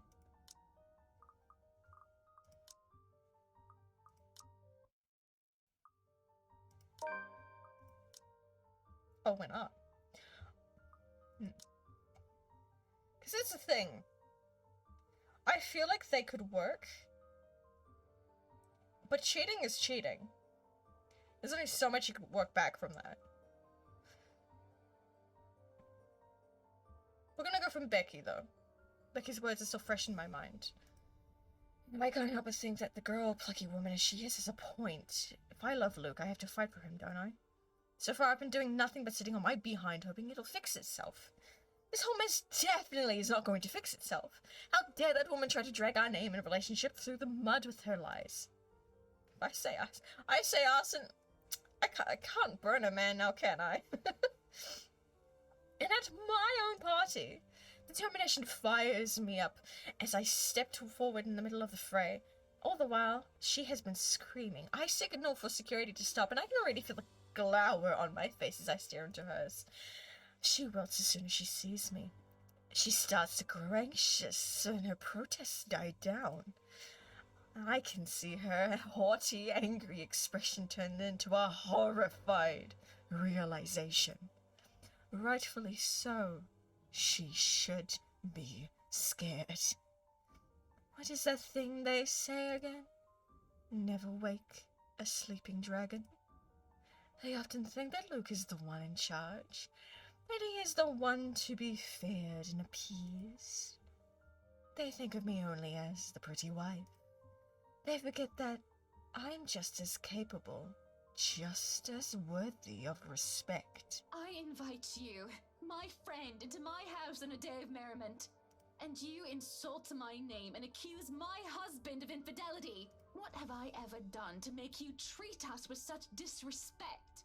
You are no longer welcome in any of our estates, our properties, and our businesses, and we will no longer patronize yours. Now, escort the girl and make sure she isn't standing even an inch within our grounds. She looks devastated. Reasonable. This does make her into a pariah, doesn't it? I should feel concerned, but I can't find even an inkling of mercy within me. I don't know what her plan was. I don't know what she wanted to make out of this. The money? Luke? It doesn't matter what she wanted. I heard something. I don't need that when I'm doing a cool monologue right now. Squints. Okay. It doesn't matter what she wanted. You won't show your face to me ever again if you know what is good for you, Rochelle. Take her away. The tension is thick in the air, and the silence that embraces the room is so set that one can practically hear a pin drop. There are worried and almost fearful glances from some of the guests, but they all know this is well within my right. She is the one who started this whole dilemma. It just so happens that I'm the one ending it. As long as everyone hold their tongue and don't interfere, none of the consequences matter to me. Especially when my darling looks at me with a whole different shine in his eyes. It almost seems as if he's proud of what I have done, and that spurs me on even more than anything. Nonetheless, I still act upset, because this does not change what just happened. he still has a lot to answer to. Because even if the woman is lying, there is always an inkling of truth in every lie. So when I turn to him to say that the shock he displays brings me gratification is an understatement. Of course, there is no reason to make a husband and wife spat into the public spectacle. Some privacy will generate the least number of headaches and complications. Everyone is still far too busy in the ballroom, and most of the staff are still in the kitchen. A sharp glance at everyone who will go through the doors is all it takes to make them retreat. And in the most private we can get without me dragging Luke all the way to our bedroom is the foyer. And you. We are going to talk about this, Lucille Mitchell-Wright. Oh, she full-named him. You know he's in trouble. Not now, but we will talk about this. Right! I swear that is not my child, no matter what that woman says. Hannah, darling, you believe me, don't you? I believe that it isn't your child.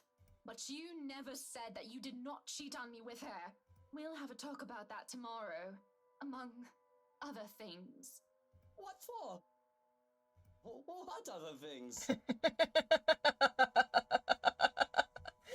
Oh, you sweet little summer child. About us, Luke. This isn't right, this doubting each other and not talking. That's why we'll talk. If anyone needs me, I'll be in our room. I'm in no mood to be talking with anyone about anything. Especially nosy baggers who have no business with any of it. Should I be worried? Scared? Yes. Because you know threats do not work with me, Hannah. None of those.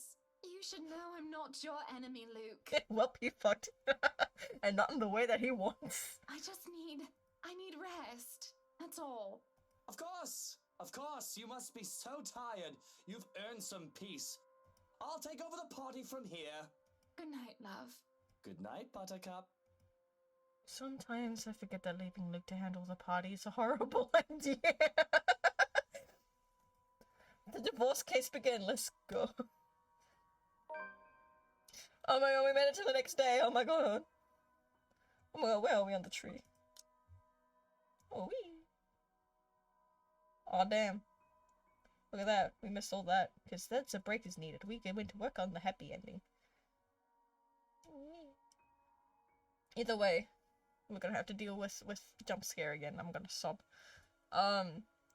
Because, come morning, the dining hall is a mess with a few of his drunk friends sleeping about. Lamel. At least a dozen men and women are scattered about sleeping like they were in an alcohol-induced comas. Even Officer Lee is there, sleeping off the effects and still clutching his bottle of a 1998 Julema.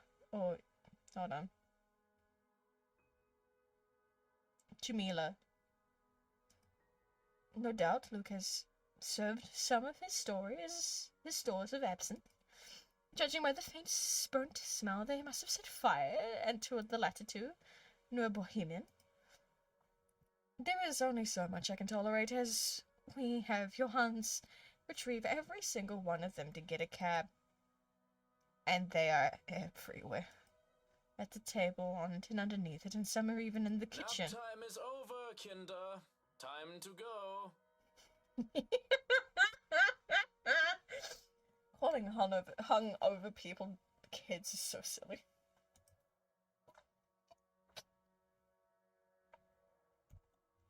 And oh dear, does this piss our valet. Though, he is still a man of silent fury. Although it is a little treat to hear him curse, utter curses in German from the other room. I imagine Luke will be amused as well if it isn't his guests that are being thrown out. Instead, he's brooding in his seat, rolling a stalk of daffodil between his fingers. He's energetic, and you aren't drunk. That, or you are getting better with handling your hangovers without your dog hairs. Should I be looking out the window to see if the sky has turned red and if pigs have started to fly? I am unfortunately completely sober, Hannah. Yippee!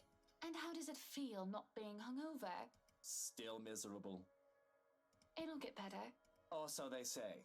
You wanted to talk about something? You know, for once, I wish you were hungover. Oh, buddy, no. Maybe this isn't the best time for this talk. No, please. I do not like loose ends. And this is a bloody ugly loose end. This is true. Then, first things first, I want you to be honest with me. Just between the two of us. Without others to impress. Without people listening in. Just you and me. Did you or did you not sleep with Rochelle and got her pregnant? I didn't get her pregnant. But the thought of having a child with her? Can you just imagine it? Or rather, don't. I can already see it.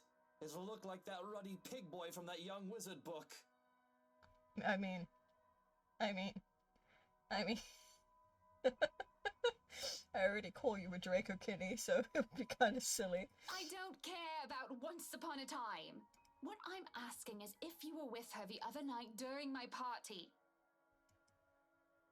Him not showing up in the most of the gatherings I've hosted in the past is nothing new. Of course, one I had last week is no different. It's merely another thing I've gotten used to between us, and the things turn sour. That's a very specific description. I know, right? It's so silly. But after Rochelle's outburst last night, I won't deny feeling the disappointment. The betrayal. What's done is done, however, though, at the very least. I still want to hear the truth from him. She made me meet with her the night of your party. But I swear, I only agreed to go so that I could tell her I wasn't having none of it. It isn't my baby. I don't even think it's Lee's. Poor bloke.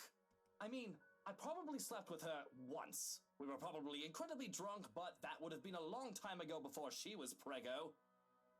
He definitely wants a kid with the way he's... Are you sure? Maybe. Luke? You're not making anything up or leaving anything out? Of course not. I swear it on my mother's grave. He swears it, he says, and he hands me a flower with such tenderness. And I believe him. Well, if that's all you wanted to talk about, you shouldn't have made me worry. For the sake of my sanity and for the sake of our marriage, I'll pretend that you never said any of that. Are you sure you aren't drunk now? Haven't had a single drop and hating it. Would you like something to drink? Because I'm not done. I have something else to tell you. No thanks, maybe I will after this little talk you wanted to have. I already told you, and you already said you believe me that the brat isn't my child. I already spilled that I might have had drunken sex with her once, and you wish to wipe that off your memory. So do we have anything else to talk about? Because have at it, I'm all ears. You're pretty miffed for someone who just admitted to his wife that he's cheated. And you're stalling. I can tell that incident has you shaken up.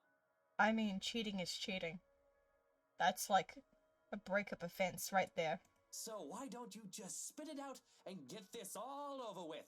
I'm pregnant. Yippee! What? Come again? You heard me. You've got to be kidding, right? This must be some kind of joke. Are you taking the piss at me? Because, woman, I don't need a second fake pregnancy. Instead of answering, however, I stay silent to let the matter of the facts sink into his head. His face heats up for a moment before he goes pale. Yeah, no, I did make a joke that her throwing up earlier was morning sickness. Because I knew that it was pregnancy. That was literally a sign of pregnancy. If she hadn't thrown up like that before, like since when she, it's words. Last time she threw up like that. That's how I have a law bomb, I know, right? But, yeah, no, because when she was having her throw up incident, she had never had those experiences except for when she was drunk at college and she doesn't drink. What a very fucking I know, right? He raises a hand in hopes of asking for a drink, but the morning staff is still busy evicting the last of his abbreviated companions. And he doesn't even bother to bark out orders as if he's lost his very voice. Actually, looks like he's on the verge of hyperventilating. This is Anna, darling. I need some air. How long have you been? 3 months. And the twins. Although we don't know yet if they're a boy or a girl or both. Good God! Twins! I'm going to be a father. Yes, you are. To 2 tiny babies. Breathe, Luke! Breathe! breathe, man. Goodness, Luke, I'm the one who's pregnant here, not you. No, don't touch me! Stay away! Uh-oh. Uh-oh. Uh-oh. A scream cuts off my amusement, and without thinking, Luke and I rush to the foyer. There stands a crazed-looking chief inspector, thrashing about as he tries to make it up the stairs while Johannes holds him back. What is going on here? Und tschüss. All the Schweinehunde must leave, including you, Chef Inspector. This one is very problematic and will not leave. No, you can't make me leave! I need to stay here for her! I need to help her! Oh, Rochelle? She's probably already at home, dearie. Or she might have already gone and skipped town. Who knows? Oh, for the love of... There's no point talking logic in him. Lee, go home. You're drunk. The meme, go home, you're drunk. Can't you hear her crying? She was crying, just weeping and in so much pain last night. I couldn't help her. Drunk, sobbing bastard that I am. Chad, have you caught on yet? Please tell me you've caught on yet. If not, the music should be your giveaway. But my help. She needs my help. Tell your fucking stupid lapdog to let go of me, Luke! No, keep holding him. Keep holding him. We don't need another death today. Or I'm gonna knock him down and I'm gonna knock the two of you down too! That's rich coming from another alcoholic. I know, right? The irony. Language! I've already dealt with your wife, so don't make me deal with you, Lee. Or I swear I'll... Hannah, enough. Don't stress yourself over him. It'll be bad for the twins. Yes, look at him! Proper dad! Let's go! Look at him actually being a proper husband. Yes, we did. Yes, we did. Good. Good. So go back to your breakfast and let me handle this, okay? Are you sure? Why wouldn't I be? Look at him being a dad. I'm so happy. Look at him being a proper husband. Like, yes! Now, go ahead and do something less stressful. Yippee! Go ahead and do nothing. There isn't much to it, it seems, whenever I step onto the plate and try to take responsibility of something. Perhaps because everything is already being handled by someone hired specifically for that job. All it takes is to have two ungrateful kids to change a man. Oh my god. I mean, like, it's a good, like, being told you're going to be a father is a very good wake-up call, and you realize you're being an asshole. So, you have two ways of going about it. Either you step up to the plate, or you make yourself worse. He chose the better option of stepping up to the plate. So, yippee! Character development. And with Johannes overseeing the staff and Luke handling everything else as a whole, that doesn't leave much for me. I can't even take the job of delegation because all it takes is a word to one of the senior staff and everything will be taken care of for me. Moving in here a few days ago may very well have been the chore that took the most effort from me. And that didn't very take real effort at all. Yes, Hannah, go buy a mansion in the middle of nowhere. Good idea. Great plan. I mean, Hannah, darling, dearie. There's so many other things you could do. You could actually take up hobbies now. Like, proper hobbies. My model needs to not have a fit, goddamn. God, my eyes are so, like, okay, I need to speak properly and longfully so then the words do not, like, look like I'm having a problem with my model. Hannah, in this opportunity, because she is already not a working woman, because she stopped working when she got married, which we've already discussed that, she could still, like, because stress is bad for a pregnancy, to my knowledge, it might be. A lot of things can be bad for, like, when you're actually carrying for, like, 9 months. You already have the stress of the babies itself, and taking care of them, you don't need to make things worse. I need to know that I do not speak from any experience, so, like, please be nice to me. This is just my 2 cents that are not as educated as they should be. Hana can just take up hobbies, please. Like, you can still have your happy ending, take up some hobbies. Honey, you need hobbies. You definitely need hobbies, honey. There are no dishes to set aside and busy myself with. Any mess left behind is now nearly non-existent. To sit on a counter... I hit the wrong button. To sit on a counter eating cake is supposed to be my next plan. We can find hobbies for you, honey, I swear. Alas, there isn't even one to finish off. I don't really know what brought me to the kitchen in the first place. It's not like I'm craving anything else, nor do I have any unfinished business left here. But there's a calling to this room. Speaking of calling, why not do just that? Might as well, since I have nothing else to do. At least that will require some effort on my part. But how cut off from the rest of Luxburn Mansion is, and how long it was abandoned before we moved in, having a landline is out of the question. The solution is supposed to be our mobiles, though it isn't much considering how spotty the signal is in the area. Fix the signal. You're wealthy enough to try and install a new, thing. I forgot the name, power line and stuff like that. You could probably, find ways to be able to do that. I'll make it a bit of maneuvering as I get a single bar as it is. Takes a bit, as I said it would. I have to park my rear on one of the coal drawers, but that suits me just fine. Another matter is my effort is who I will call. She who must not be named is certainly off the list. Doesn't leave much of the category of close friends to attend to the party, along with the category of who else is awake at this early hour. But soon enough, I manage and the call goes through. Hello, Rebecca Gales here. Who's this? Good morning, Becky. Hannah? Oh, wait, how did you get my number? You responded to your RSVP through the phone. It's all saved in here, of course. I thought I'd like to say hi and make plans and get together sometime. Yes, let the girls get together. Also, I'd love to hear news about your mother and father and about you, my dear. Oh, I hope I didn't wake you up. Oh, you're good. It's sports day at school today, so I was just prepping for that. Figures that you'd be a teacher as well. I'm sure your students must absolutely adore you. Don't know about that. Mathematics? History, actually. Anyway, it's real nice to know you've got my number. I was going to ask for yours because Mom wanted to keep in touch. You could have asked, silly girl. I would have gladly given it to you. Couldn't, though, because, well, the thing that happened. Yeah, that put a damper on a lot of plans, didn't it?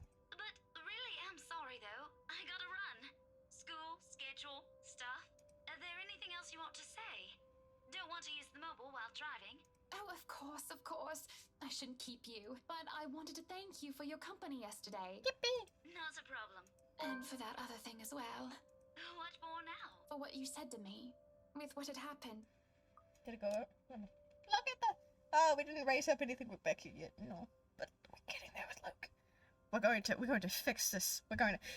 Luke is a man where I'm looking at him and I go, I can fix him. I'm fixing him for Hannah's sake. I'm on the wrong page, there we go. It's been very helpful in... Okay. The call starts to go static, much to my frustration. A strange clicking noise drowns out most of her words, too. I doubt you can understand what I'm saying. And then the line completely dies. I can feel a headache coming along. It's just building up, starting from the light throbbing of one side of the head. The static is gone, and that helps a lot, but there's still that incessant, horrible clicking. Again, and again, and again. Which doesn't make sense. The mobile's turned off, isn't it? And it's not coming from my phone, then... where? Looking about. Can't help but let my eyes be drawn to the hatch leading to the wine cellar once more. And that's when the clicking stops. And I hear that crying, that familiar crying from before. What happened the other day when I was told that nobody should have been down there? I tried to forget it because of how unsettled me so. Can one hardly do that when I'm looking at the very thing I'm trying to forget? Somebody is crying down there again. But if I leave it alone, somebody won't stop bothering me for the rest of the day. They might have forgotten to lock it with the party going on. This again? Chat was screwed. If somebody is pulling my leg, I will not be happy. Uh-oh. Uh-oh. Uh-oh, chat. Uh-oh. Uh-oh. Uh-oh. Uh-oh. We're gonna save right there. Are y'all ready for the jump scare? Because I'm fucking not. True enough, all it takes is a bit of a pull to open the latch. As I look down to the cellar, a sense of uneasiness washes over me. It isn't just the sudden onset of vertigo and nausea, but also the darkness. It's suffocating. And as I look down, it feels as if I'm looking... I can't ruin the horror moment, goddammit!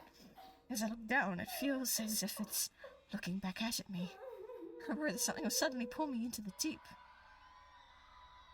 The cries drown beneath the shrieks that start echoing in my head, high and shrill like nails being dragged across the chalkboard. They're all screaming, shouting at me. I can just feel her rage. Help me. She wants to drown me, drag me down and crush me with the very depths of darkness until there is nothing left of me. The deep abyss waits for me, for my death, and they're calling for it. This is a nightmare. There's a rope around my neck and all I can feel the rest of me being torn apart. And they're still screaming. I am screaming. Though it is not my voice that escapes my lips. It claws through, climbing and forcing its way up in my throat like a putrid bile. I choke and gag as I scream and shriek all at the same time. I'm me, but not me.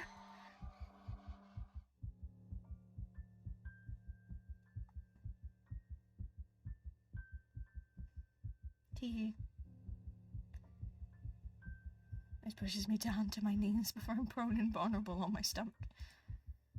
It makes me tumble and I can just feel my whole body seizing, writhing on the floor.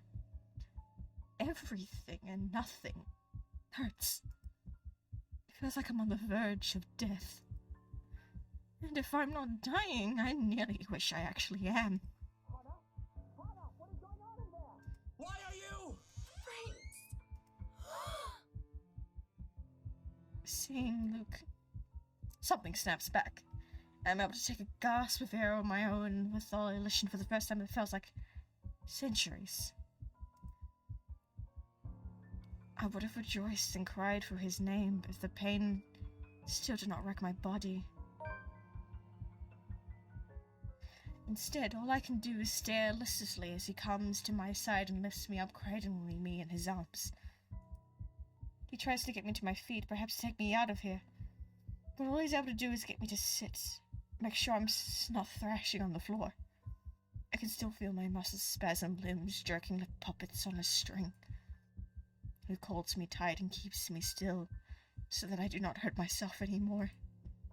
Whatever it is that just happened, it has my mind feeling frayed and battered. Eventually the pain dies down to a dull ache, and my own tongue stops feeling like cotton. It's only now that I can feel the wetness on my cheeks, tears streaking down my face. Coughing racks my body, now that I don't feel like choking. And it just feels so horrible. But I don't care. I don't care. Please. What happened here? Who did this to you? I don't know. I'm so sorry. Shh, it's alright. You're safe now, Hana. You're safe now.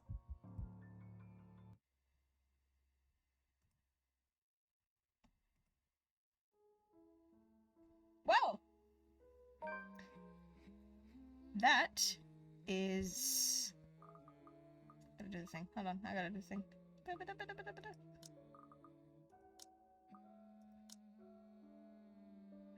Well, that... If I can stop the humming, please, I beg of you. Well, that, chat. Imagine the wife died. That'd be kind of silly, I'm not gonna lie. Well, that's chapter 2. We got through chapter 2, boys. Yippee! It was a little silly, wasn't it? Like, we got to be a spoiled little rich girl who's actually got some depth to her. Who would have thought? I could have had her die, but I'm a scaredy cat and I've turned QuickTime events off. That was chapter 2. Literally all of, so every section of this is, told by someone's POV. And Hana's POV, that was chapter 2. So the first was Isabella, the second was Hana, and now when we cover this again, which will be chapter 3, is Zachary. So we get we get to play as the nice big boy next time. There's so many fucking events happening. Welcome to visual novels, my guy. That is, yeah, it's a lot. It's a very, like, highly, like, story plot driven thing, and I love it so much. But yeah, that was chapter 2 of the letter. I hope you enjoyed that. I certainly did, and that was kind of silly to watch again. Like, it's been again, I haven't played this game since like 2020, so like, it's very nice to be able to see all these things again. Was it 2020 or 2019? I think it was actually 2019, now that I think about it. This is my first year at uni, I think that was 2019. Wow, okay. It's been a hot minute then. But yes, I should be playing some music. Hold on. Let me just... Since we will be ending now. Thank you so much for coming. Don't forget... I gotta try to do everything again. Don't forget about our experiment. Follow me on my socials for more. So hot minute you brought into a Chris. Gotta remember all my other things. The pronouns, voice, and ceasefire. Right. So this will be my end. Hold on. One day I'm gonna get my outro fully realized. This is thank you for visiting the manor. It is a sad way to see you go. But I must depart for now. So, good morning, good evening, and good night. Stay safe out there.